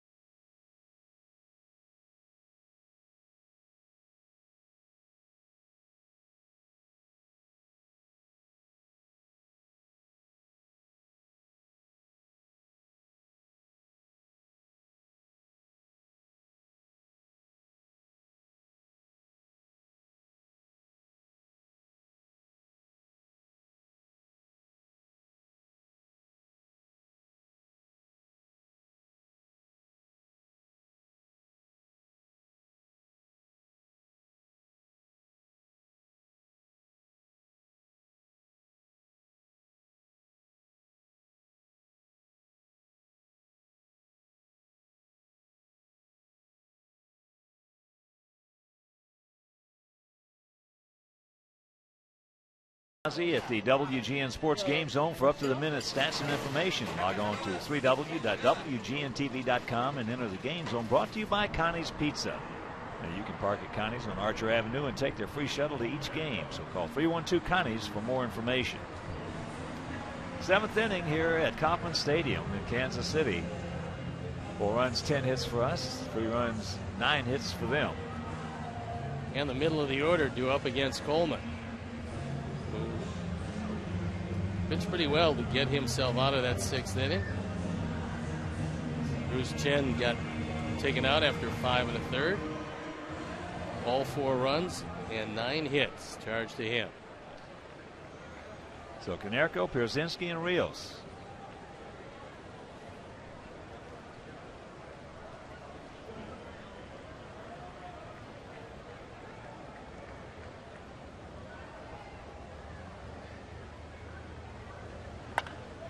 High stretch. Stretch. Get on back there. Gordon at the wall looks up. You can put it on the board. Yes. Yes. Number 30 for Konerko. And it's a 5-3 Sox lead. Congratulations, Paul Konerko. 30 and 102. Nice power numbers.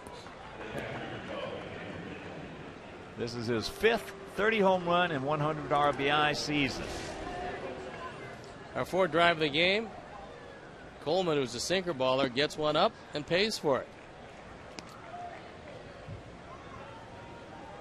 Well, he has swung the bat well today. That's his first hit. But he is lined hard to left, going out deep to center. And then just missed one into right center.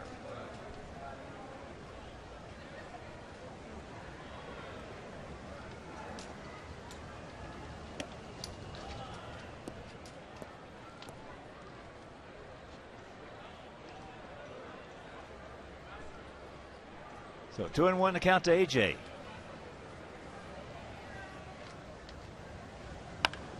And that ball hit deep to right field. Stretch.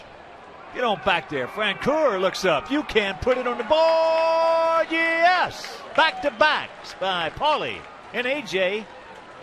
And it is 6-3. 7th home run, 44th driven in. And a 3-run lead.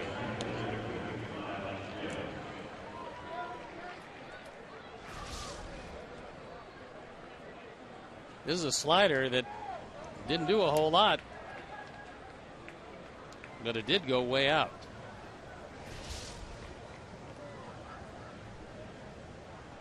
Here's Alex. He's 0 for 2 with a walk. And that walk he scored back in the 4th.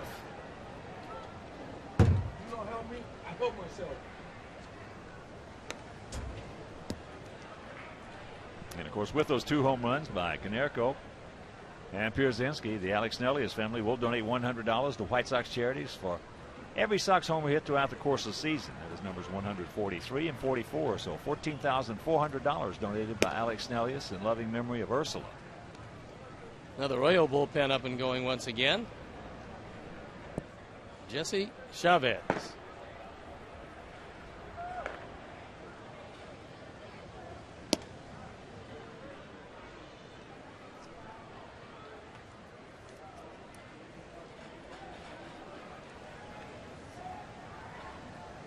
Two-two pitch. Down goes Rios, 1 out.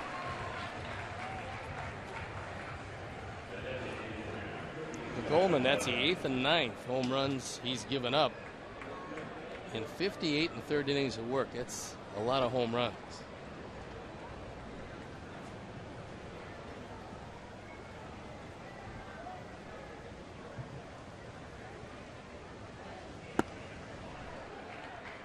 Here's Adam. He's 2 for 3. An RBI double and run scored back in the 4th. And an infield single in the 6th.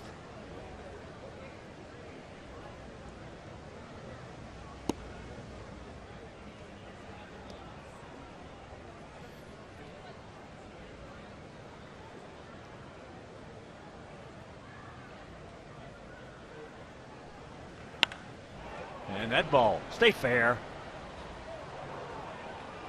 It won't.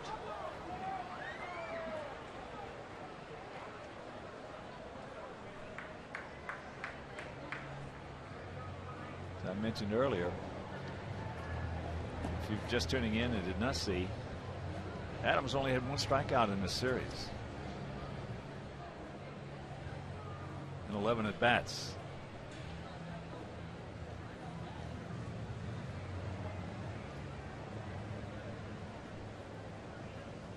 That home run broke a tie with Maglio Ordonez in franchise history with 430 home run and 100 RBI seasons. Calling now with 5. Rozier's out number 2. And of course the leader is the big hurt Frank Thomas with 8.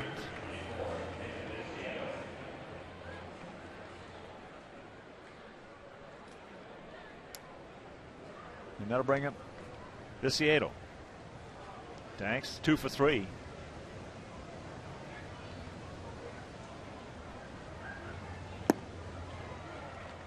And get that breaking pitch.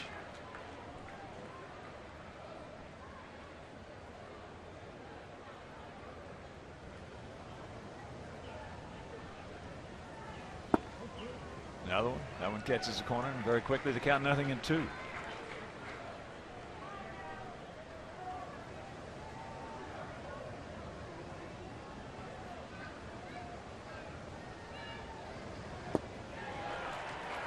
And that'll do it, but not before back-to-back homers by Konerko and Pierzynski. 7th inning stretch, we lead at 6-3.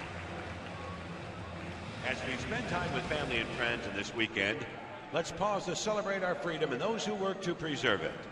Please join us in singing God Bless America, being performed by K. Cruz Taylor. Bless America, land that I love. Stand beside her and guide her through the night with a light from above. From the mountains to the prairies, to the oceans white with foam. God bless America, my home, sweet home. God bless America, my home, sweet home.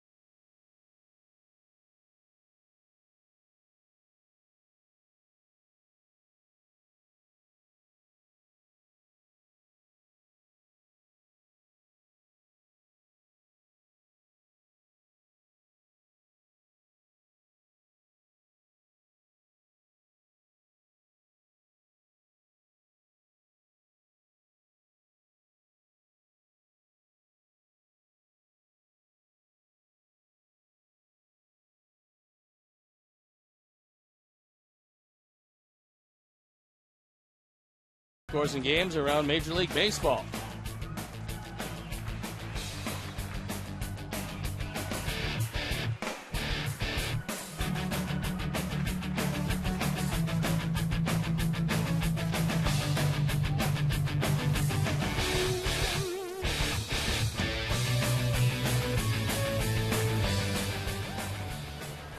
It's the bottom of the 7th inning and a 6-3 Sox lead.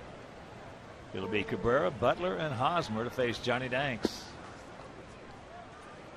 And just in case, Sox bullpen up and going. Looks like Jesse Crain. Count evens at 1 to Cabrera, who is 0 for 3 today. Grounded third, fouled out to AJ, and lined out hard to center. And there's the leadoff single.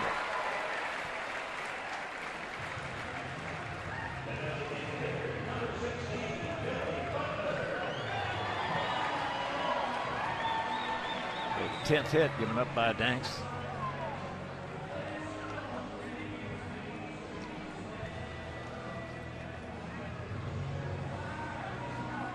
AJ's just going out there, and instructions from the dugout to kill some time. Let Jesse get loosened up and ready to go.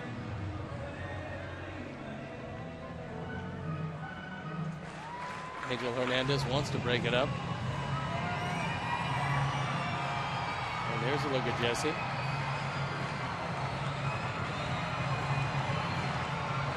And here's Billy Butler. Butler has doubled, grounded to third, then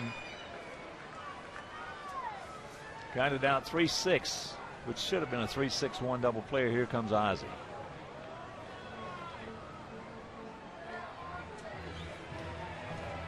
So that's going to be all for Johnny Danks.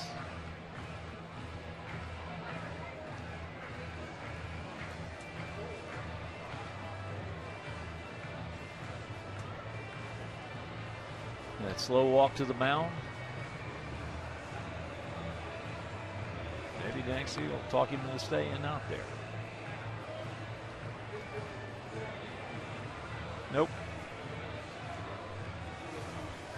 So Johnny will go 6 innings, 6+. Faces one guy here in the 7th. He'll depart. And we'll be back.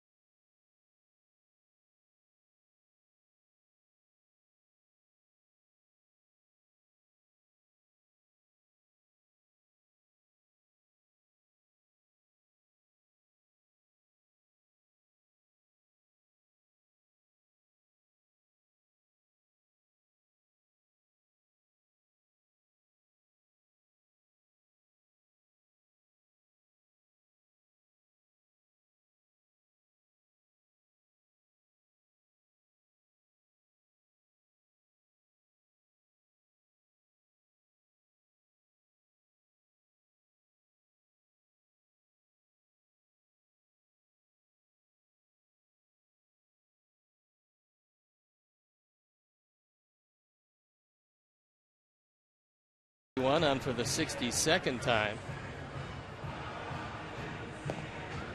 He inherits Cabrera at first base. Nobody out here in the 7th inning. 9 outs to go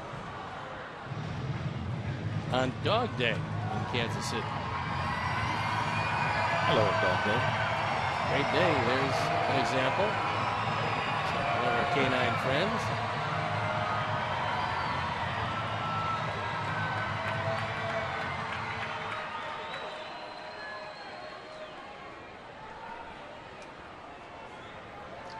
So here we go. 1 on, nobody out. Billy Butler.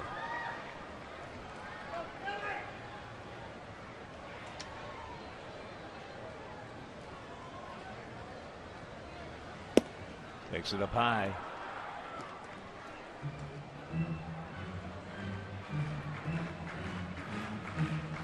A very rare occurrence. Johnny Danks did not have a walk or a strikeout through 6+ innings.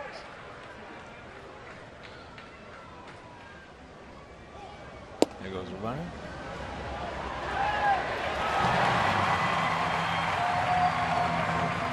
So Cabrera picks up his 20th stolen base. Second stolen base of the day for these Royals. Straight steal, never looked back. That's what got him in.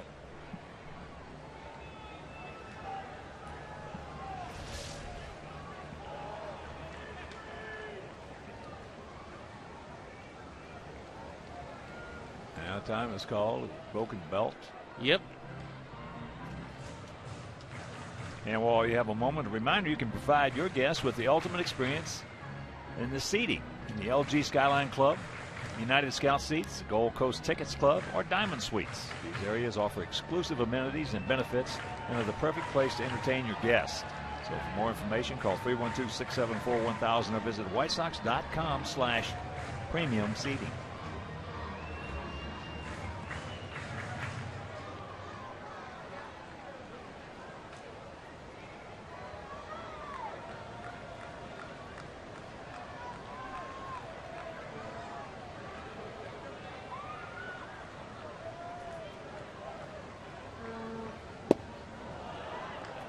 Two and one the count to Butler, 25-year-old DH.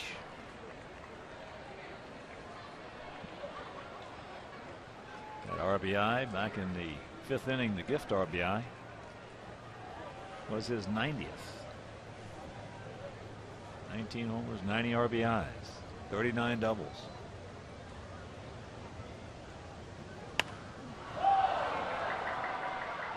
And that's going to be in the seats.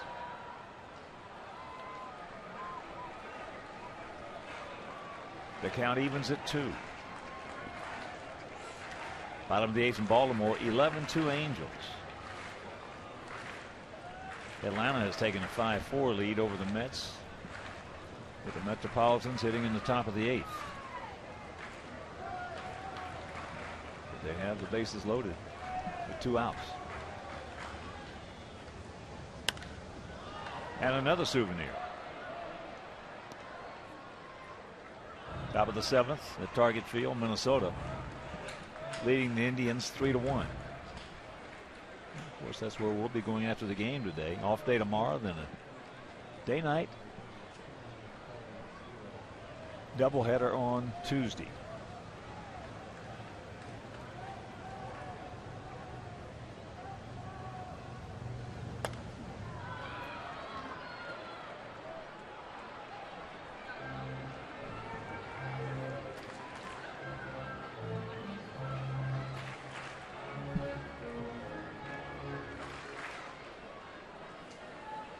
So 29,480 tickets sold today. Plus, they have $325. It's good. Good for concessions. And other things. High pop up into left center field. Got in on him just enough.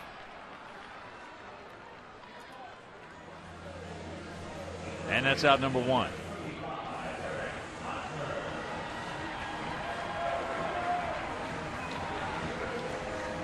So here's Hosmer. He's 1 for 3.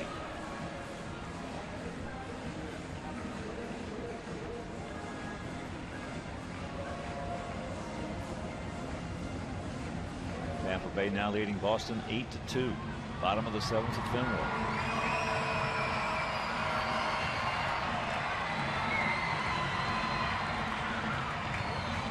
Tampa Bay is going to bring that pucker factor to the Carmines.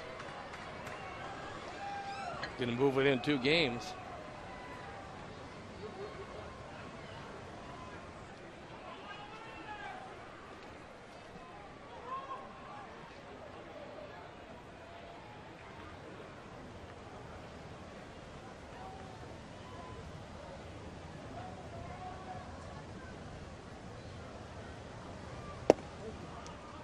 That fastball strike. and go 18 games over 500.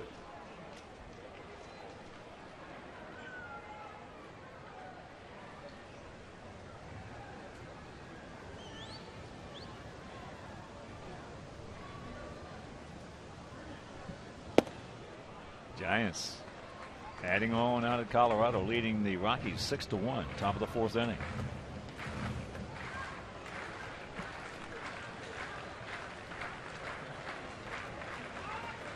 Giants going for the 8th straight. Chris Sale starting to loosen up in the pen.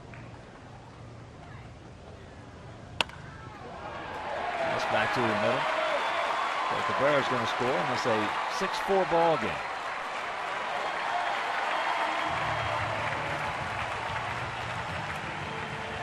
RBI number 72 for Hosmer.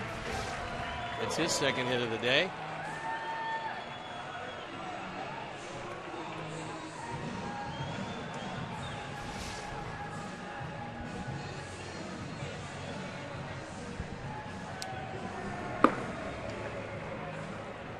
Chris about ready to go. Hosmer's going to be one of those 130, 140 RBI guys. Don't doubt it for a minute. And give you a great glove at first.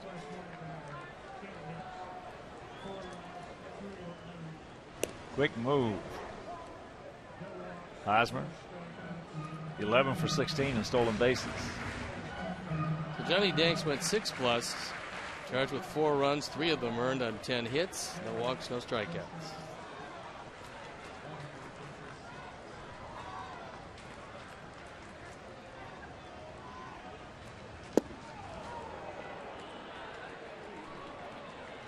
Oh, and 1 to count to Francoeur.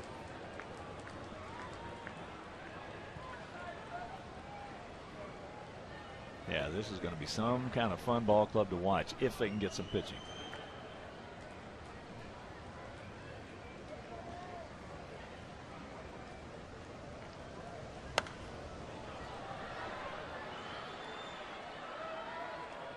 They're fun to watch right now.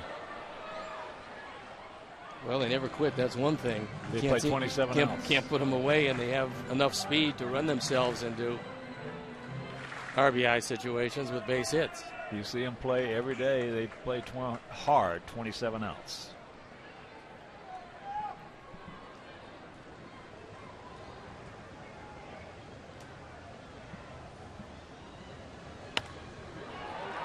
That's into right field. Tanks can't get there. And that's a fair ball. They're going to hold Hosmer at third on the double by Francoeur. That's his 46th double.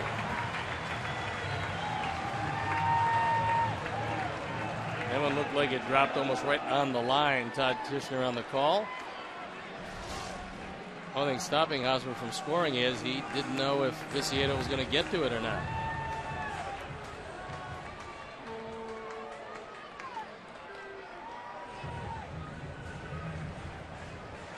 Up just inside the line.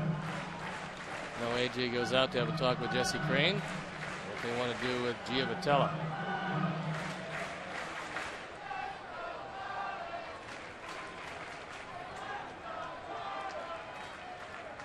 Giavotella is 2 for 3, a single and a triple.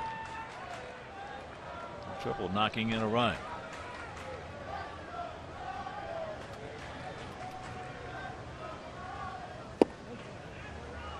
First pitch strike.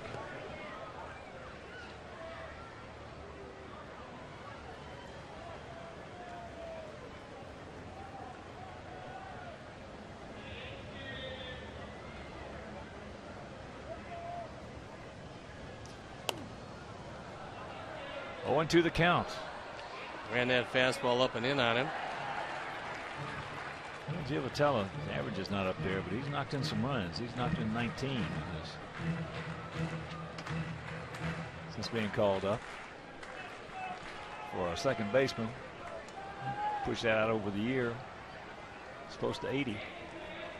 Well, he was their organizational hitter of the year, so he did something down there during that promotion up here. He gone. Chases one way up and out of the zone, 2 down. It wasn't on hit high fastballs that he got that done. But there is one, and he goes down on strikes. And Big here out. comes Chris Sale for Mike Moustakas.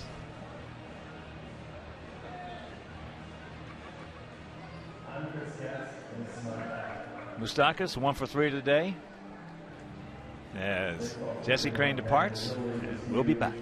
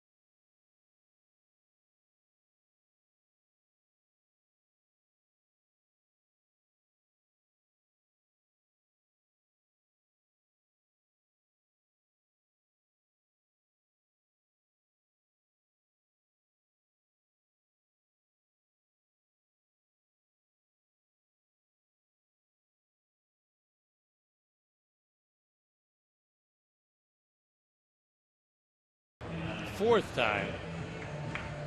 6 for 7 in save opportunities. And he comes into a key situation, a 2-run lead, the game on the bases essentially. And red hot Mike Moustakas to face.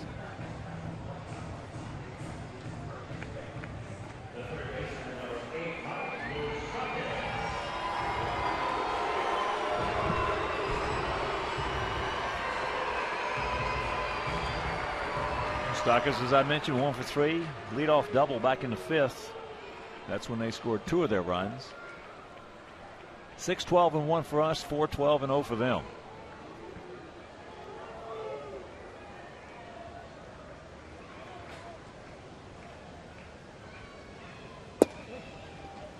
He was not looking for that one. That one at 96.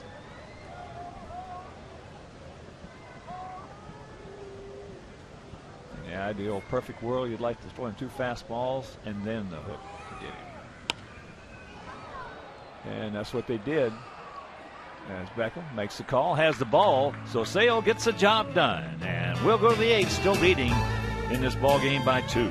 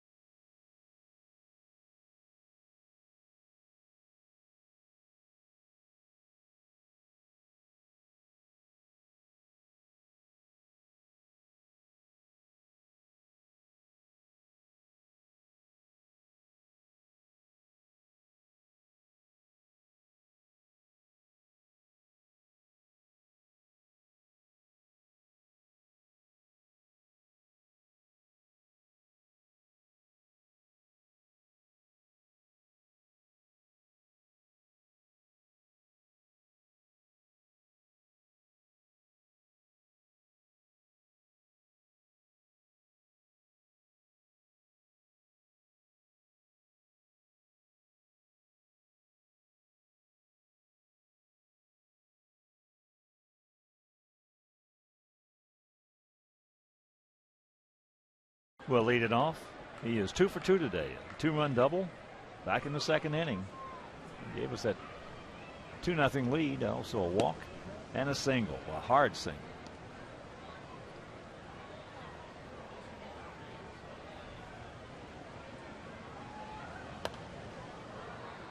One and 1 the count.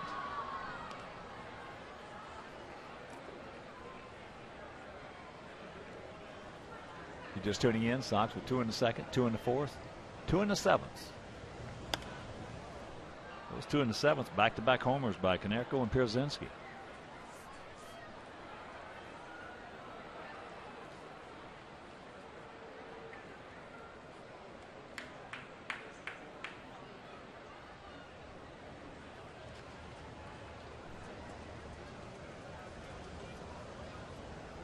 And the 1-2 pitch.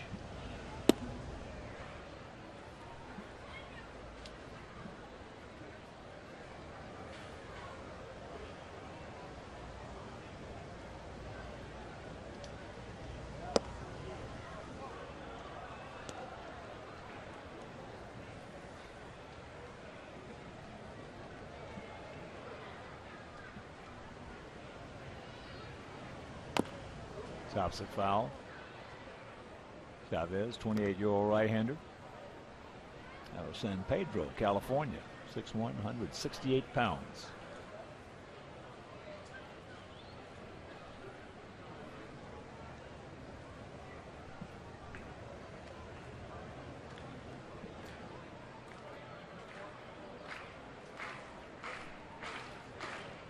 First big league action in 08 with Pittsburgh.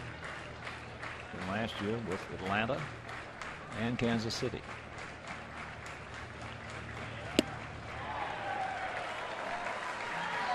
One down. That ends a perfect day of Brent Morel.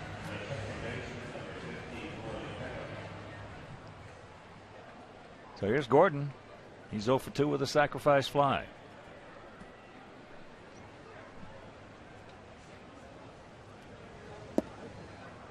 Takes first pitch strike.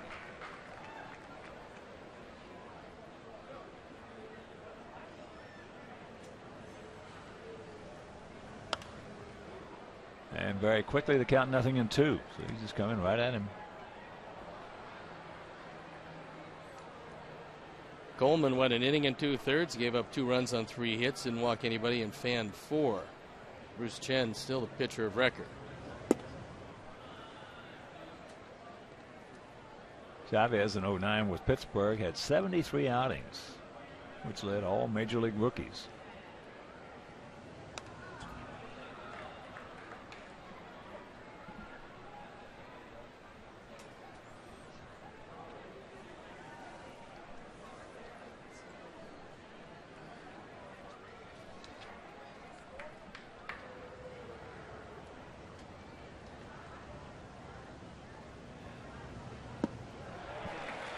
There's the old hook, 2 down. That's 5 of our hitters in a row have gone down on strikes after the back-to-back homers.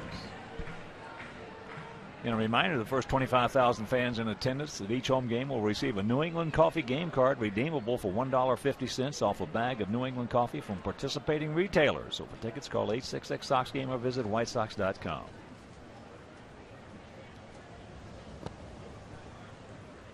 Juan Pierre 2 for 4 today.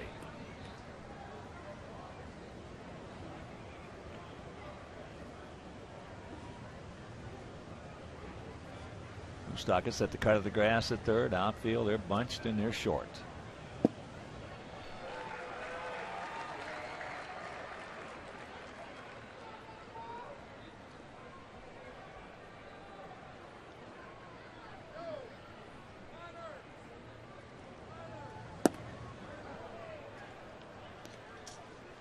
Much better attendance than we anticipated here. At 17,737 for the opener, then 24,918 for game 2, 31,264 last night, and today 29,480. And dogs. And 325 dogs. Full count.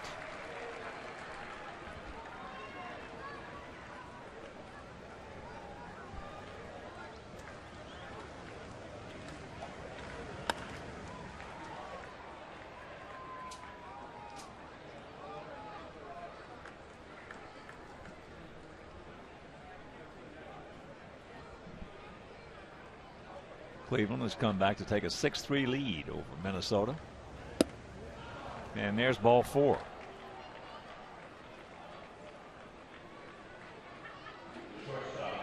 So the 2-out walk. And here's Alexei, who was 0 for 4 today. Better chance running on Pena than you do on Perez, who has got the first 3 games of the series. It's a big insurance run out there at first. Sox trying to break a 7-game losing streak and break Kansas City's 7-game winning streak.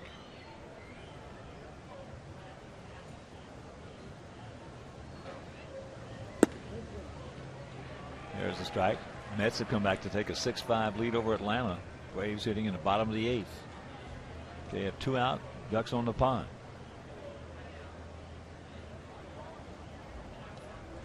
After 7 at Fenway, it is 8-5 Tampa Bay. And there's the base hit.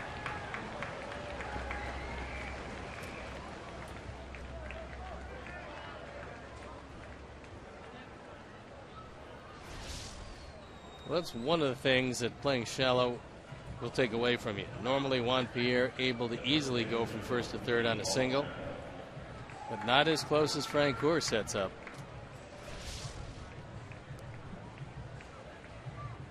So here's Paulie. Swung the bat well today, but he only has 1 hit.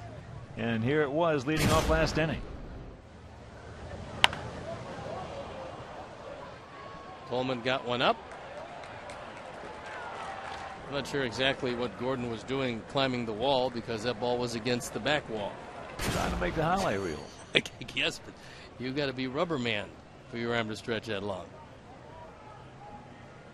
Only 5 years with 30 home runs and 100 or more RBIs. Second all time in White Sox franchise history. Second, the big Frank Thomas, the big Hurt, who had 8.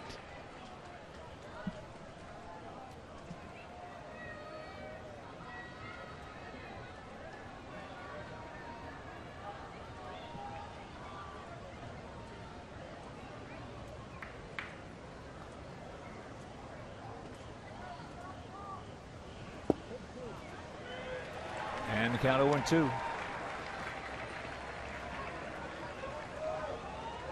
right, Paulie, good 2-strike hitter right here, buddy.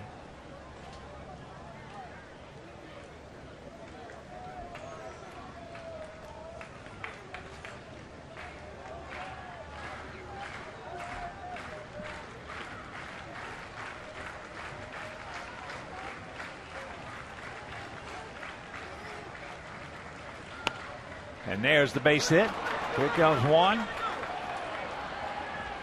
And now they're going to go to third base, but nobody was there. So Alexei, good base running. Pierre scores. And it's a 7-4 ball game. RBI number 103 for Paulie. Pierre scores easily.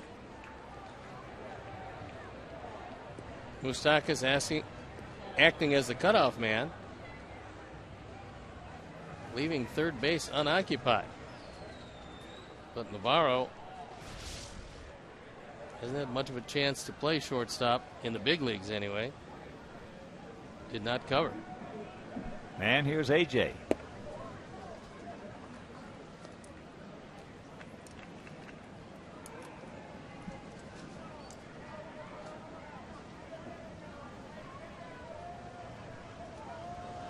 And after Paulie homered leading off last inning, it was AJ.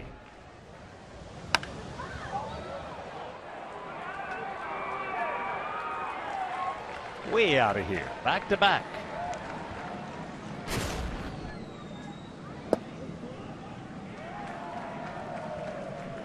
AJ 3 for 4 today. Got Hitters average up to 291, even with that bad wrist.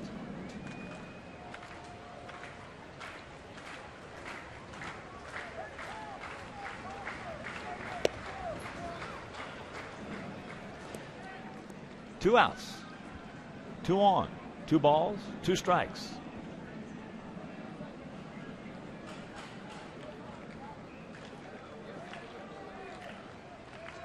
Seven, 14-1 for us, 4-12-0 for them. And a full count.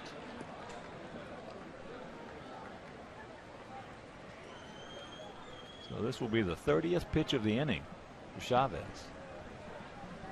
Struck out the first 2 guys, then the walk to Pierre, the single by Alexei, and the single by Paulie.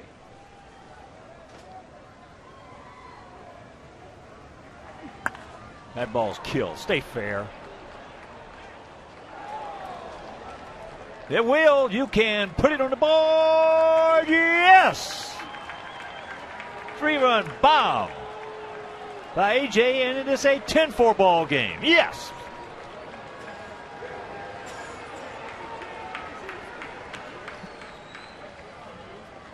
Eighth home run, 47 now driven in. 4 for 4. 3 runs scored, 4 driven in. Big day for AJ. Line drive rocket right down the line. The only question is, would it stay fair long enough? Todd Tishner answers yes.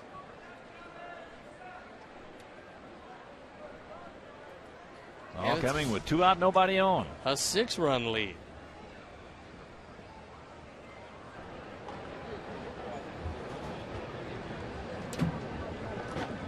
Here's Alex. He's 0 for 3 with a walk and a run scored.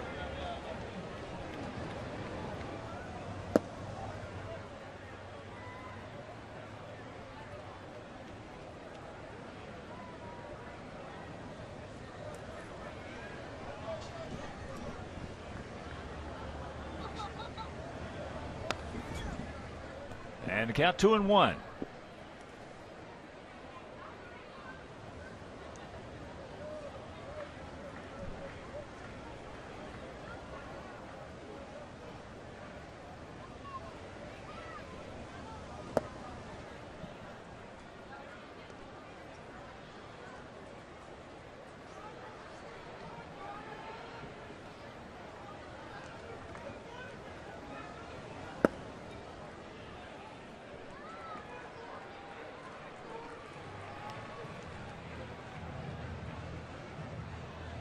And Ned Yost out. Going to be all for Chavez.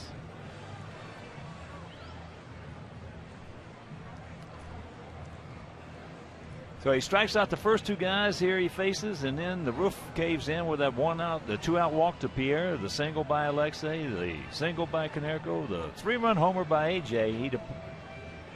He might be staying here.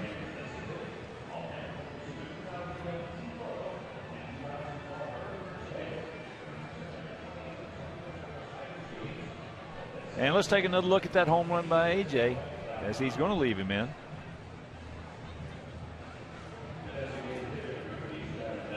Looks like the ball hit the outside of the pole. Counts. That's the poster child right there for baseball's a game of inches. Good one. Come on.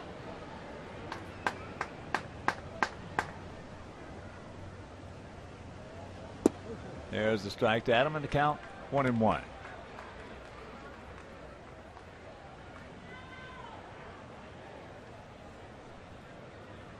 Adams 2 for 4 today, an RBI double, coming on a 3-0 count.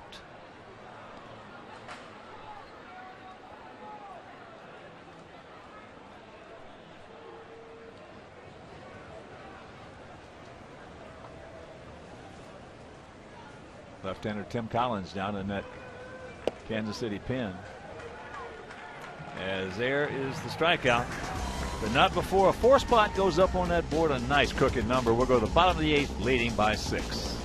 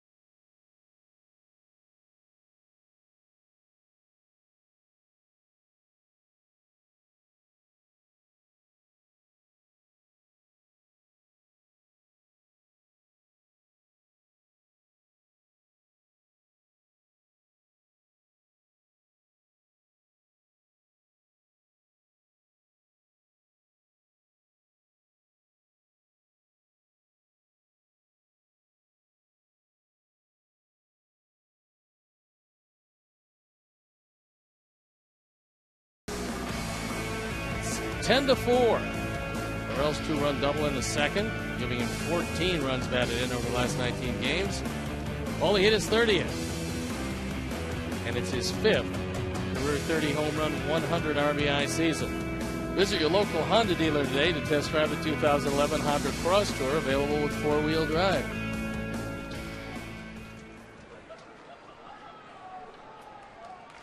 So here we go, the bottom of the 8th.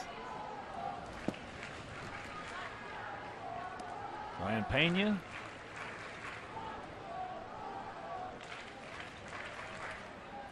He's 1 for 3 with a run scored.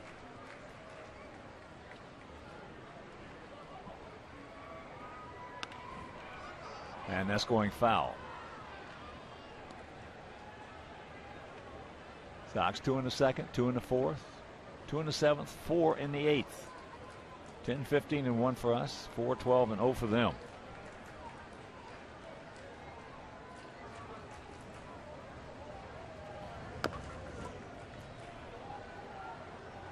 And that's foul.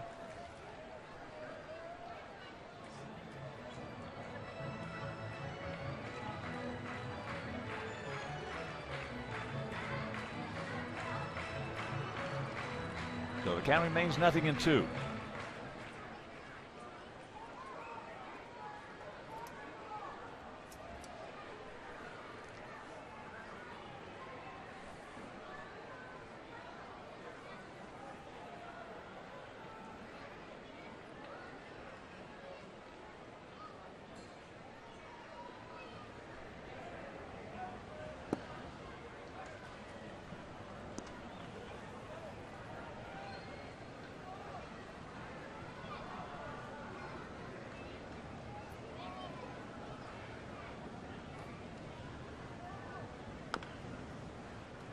And another foul ball. Day off tomorrow in Cleveland. And a day-night doubleheader on Tuesday. First game will be right here over WGN TV. Gavin Floyd against Fausto Carmona.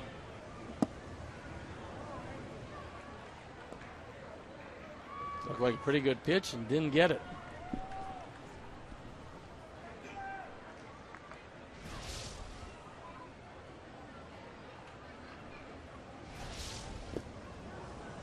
Yes, he did.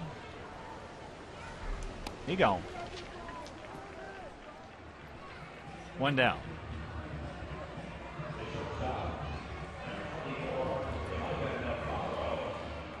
So here's Navarro. He's 2 for 3 today with an RBI. But in game 2, that'll be Dylan Axelrod against Undecided for the Tribe on Tuesday evening. And that game over WCIU. And on Wednesday, Mark Burley against Ubaldo Jimenez on Comcast Sportsnet. And in the finale of that 4-game set, Philip Humber against Jinmar Gomez. And that game also on Comcast Sportsnet.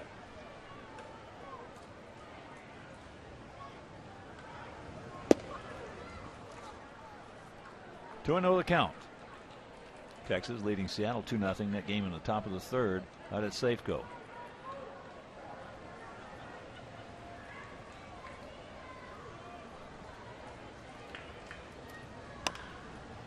There's a chopper 2 hopper.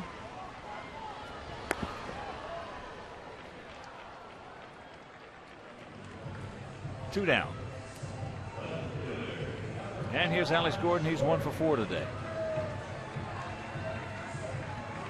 Bottom of the 8th at Fenway. 8-5 Tampa Bay.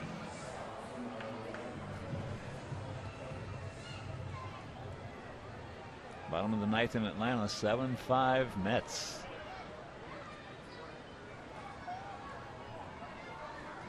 Giants just hammering the Rockies 11-3. That game in the bottom of the 5th.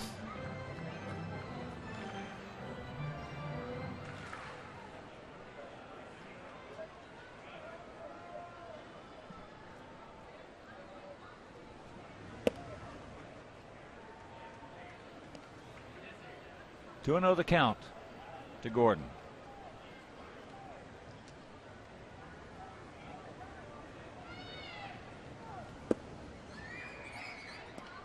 Come back and get him, Chris. No walks, buddy.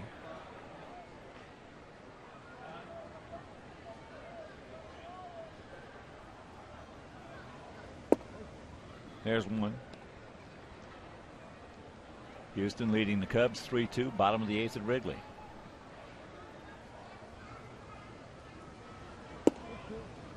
And a full count. Just tuning in the finals we have. Toronto shuts out the Yankees 3-0. Milwaukee over Cincinnati 8-1. Angels is there is ball 4.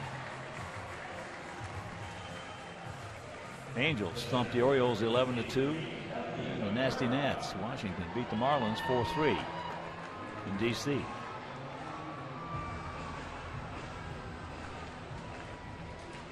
So that'll bring up Melky Cabrera, who's 1 for 4. And a leadoff single and a run scored last inning.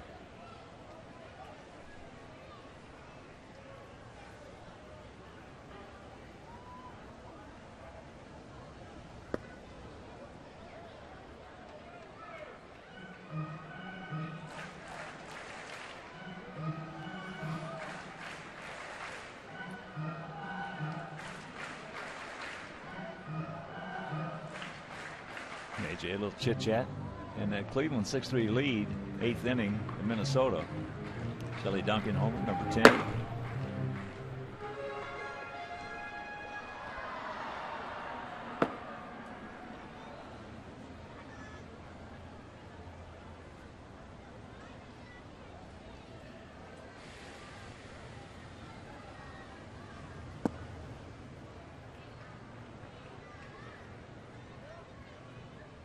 Want to know the count to Cabrera. Sergio Santos loosening up in the bullpen, just in case.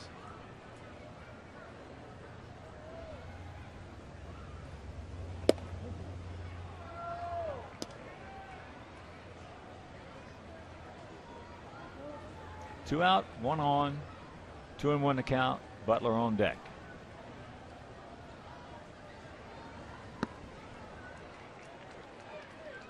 Pulled the string on him, had him way out in front.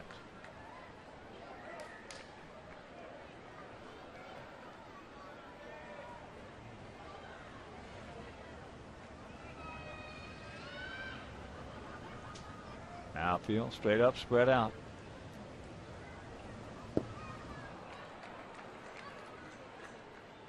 He gone. And that'll do it. Nothing across. Win to the 9th, leading 10-4.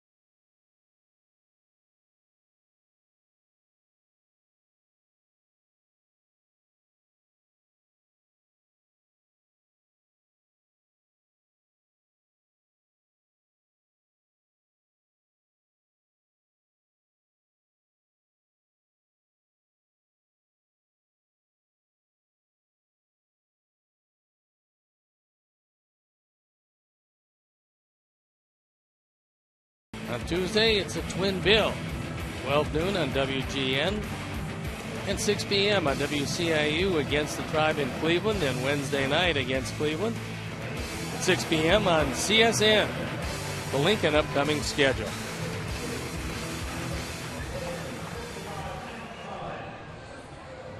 Tim Collins comes into the game. 4-4 ERA, 378 on for the 66th time, so he's been a busy man. He's got the lower third of the order: Viciedo, Morel, and Beckham. First pitch, fastball strike. Viciedo 2 for 4 today.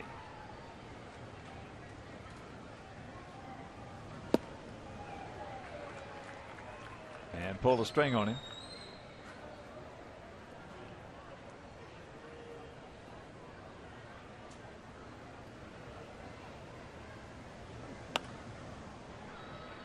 Backs that up with a fastball in on the fist. Fights it off. Count remains 0-2.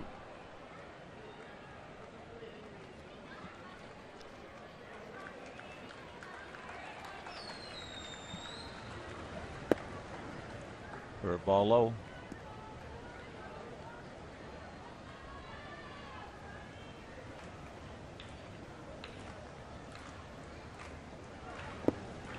And another one low.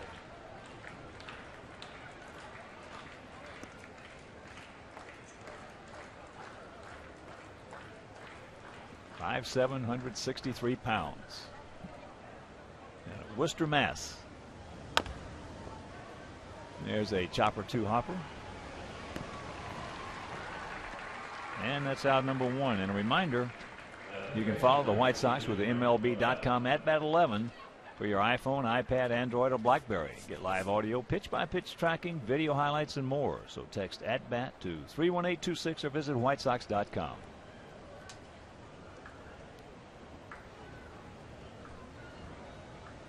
Here's Morel. He's 2 for 3. That 2-run double back in the second inning was a big one. Put us on the board. Outfield playing him straight up. About equidistant. As the count moves to 0-2. In game 2, Morel got Collins for a 2-run home. That tied the ball game. But we lost it in the bottom of the 9th. Base hit by Eric Hosmer.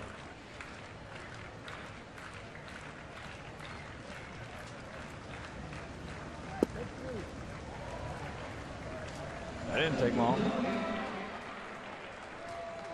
2 down.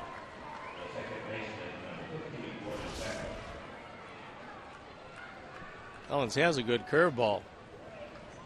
And that was a good curveball. 10 strikeouts now for Kansas City pitching, as here is Beckham.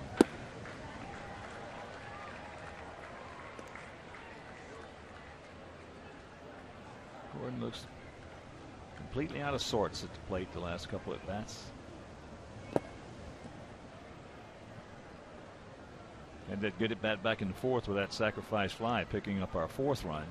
That made it a 4-0 ball game in Kansas City with 2 in the 5th, 1 in the 6th.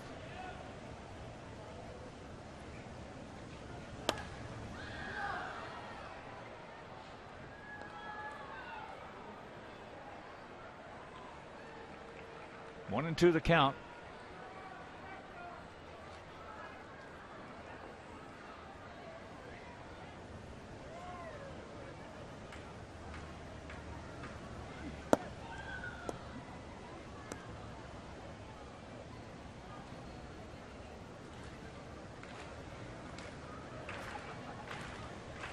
And the 2-2. Juan Pierre on deck.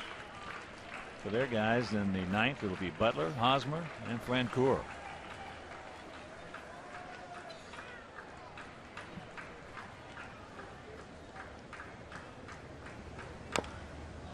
There's a high chopper. Moustakas got him. Nice play, and it'll retire the side. So 3 outs to get. We lead it 10-4.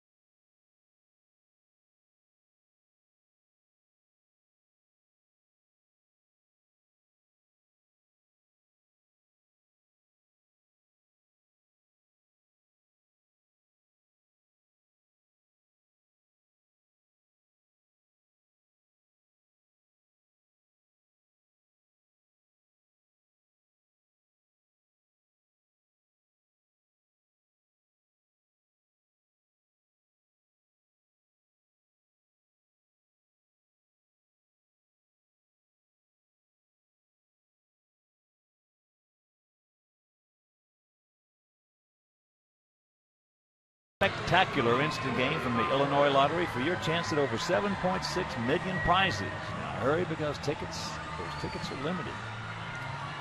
Sergio Santos comes into the game at 4-5, ERA 3.34, on for the 59th time. With 3 outs to get right through the middle of the order. First one is Billy Butler, who is 1 for 4 today. Takes that 95-mile-an-hour fastball. Alejandro Diaz checks in right field.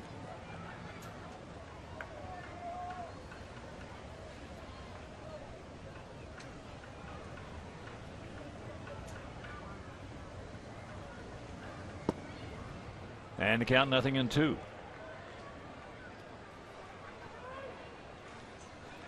Hosmer on deck, Francoeur in the hole.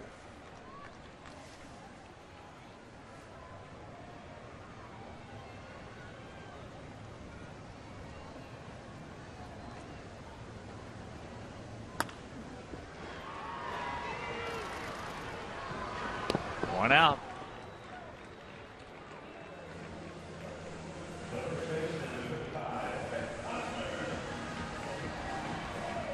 Hosmer's 2 for 4 with an RBI.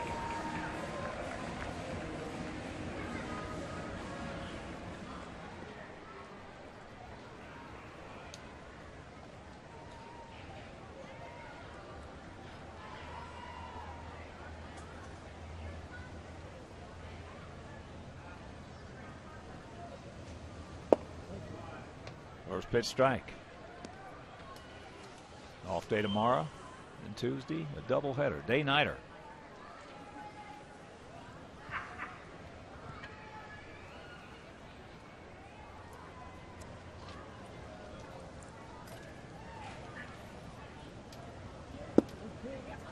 And the count 0-2.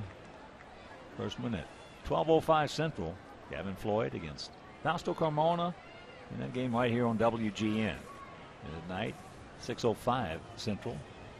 Dylan Axelrod against Undetermined for them. Watch out. It came really close to Sergio. Yeah. To his face.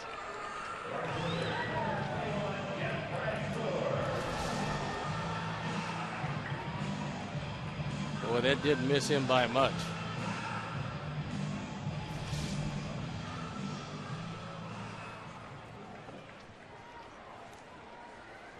Here's Francoeur. 1 for 4, picked up his 46th double in the 7th inning.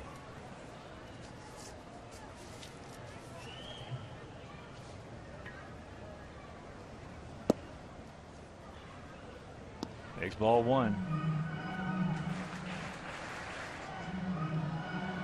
In that Wednesday game in Cleveland, Mark Burley against Ubaldo Jimenez. In that game on Comcast Sportsnet. And on Thursday, Philip Humber against Jenmar Gomez. In that game also on Comcast Sportsnet. There's the strike to even the count at 1. Then it's home. Friday, Saturday, and Sunday against these Royals. Friday and Saturday, fireworks night. Also Friday night is United Flyway Friday. One fan will have a chance to win 2 free round-trip tickets to anywhere in the continental United States that United Airlines flies. So fireworks Friday and Saturday. And then we'll finish it off with 3 against the Blue Jays.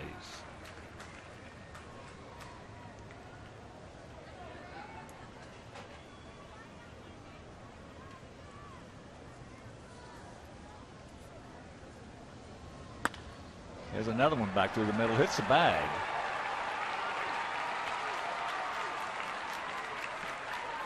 So 1 out, runners at the corners.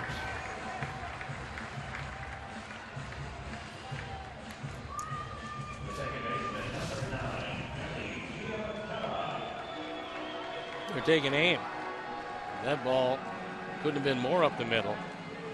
Bounced high off the bag, and Hosmer easily goes into third. So here's Giovitella, 2 for 4. A single and an RBI triple.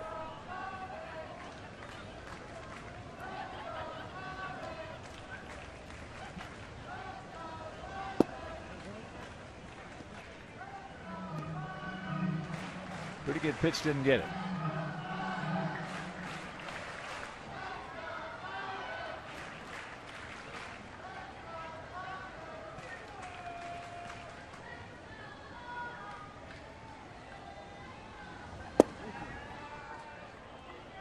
One and one to count.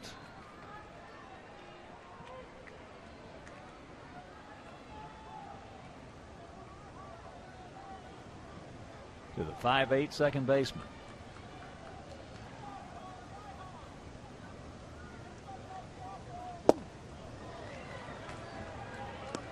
Givatella out of Harahan, Louisiana.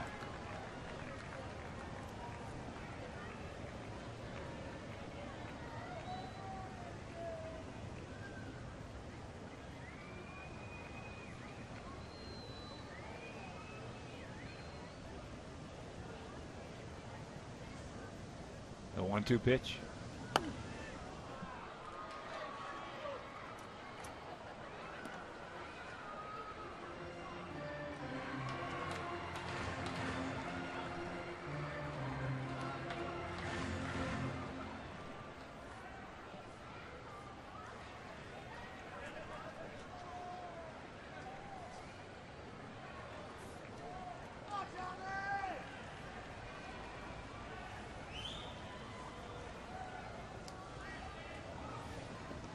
Nice block by AJ.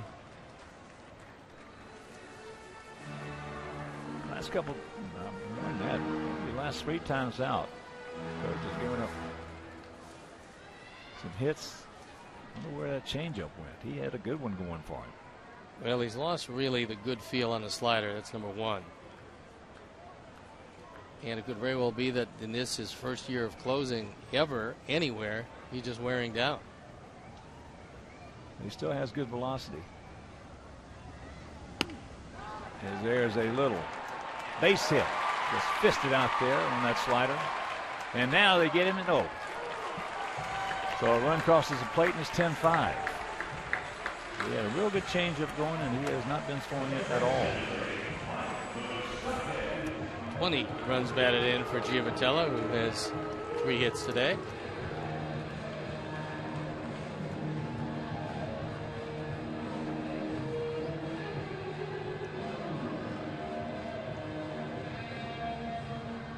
So here's Moustakas.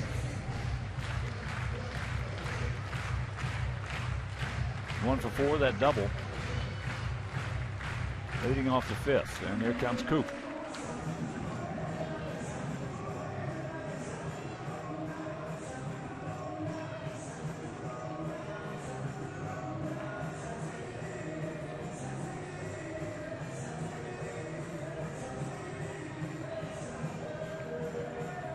Put himself in that last 3 times out of hard fastball and hard slider.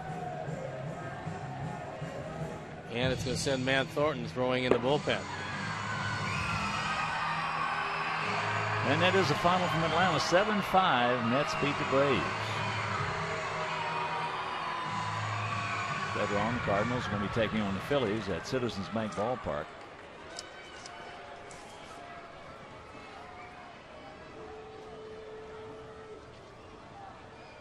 Cardinals climbed to within 3.5 of Atlanta in a race for the wild card. And the Giants to win 4. Moustakas takes that up high.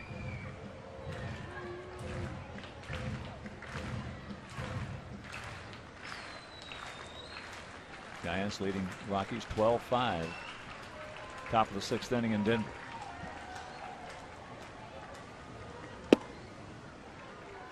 And the count 2-0.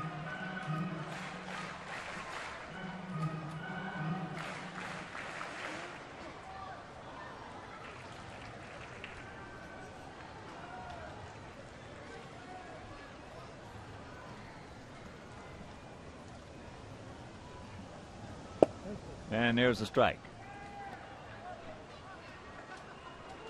Dodgers scored 3 in the first, 6 so far in the second, leading 9-0 over Pittsburgh.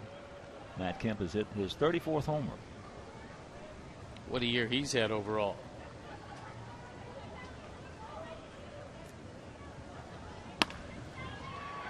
Backhand could be. Nope.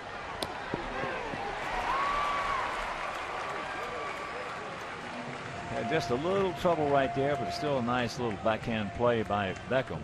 2 down. This one could have ended it. Gordon, a little extra time. Just missing him at first base.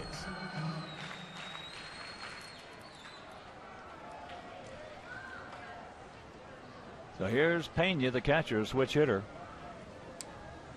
He's 1 for 4.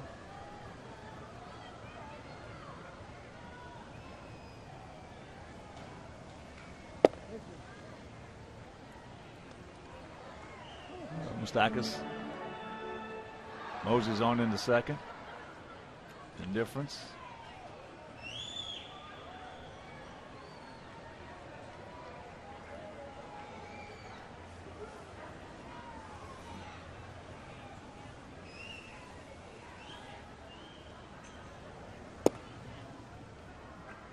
One and one to count. The pitch number 23 for our surge.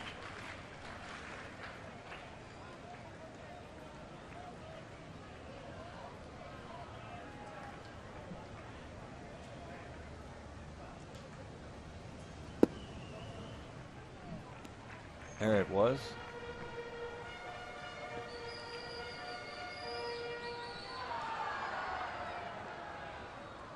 Two balls, a strike, 2 out here in the bottom of the 9th.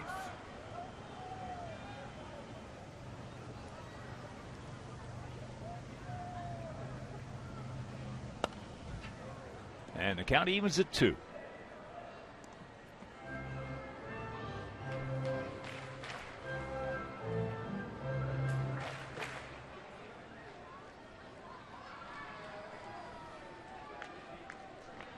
Arizona at San Diego. That game tied at 1, bottom of the 4th.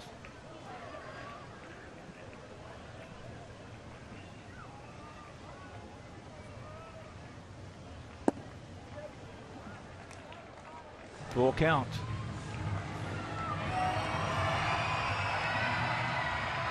Giants with that 12-5 lead over Denver, trying to extend their winning streak to 8 games. Navarro in the on-deck circle. Case Pena can keep it alive.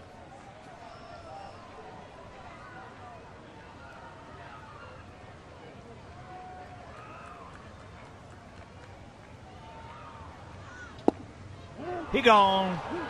And this ball game is over. So the Sox break a 7-game losing streak and break Kansas City's 7-game winning streak as they score 2 in the 7th, 4 in the 8th, and win it 10-5. And we'll be back.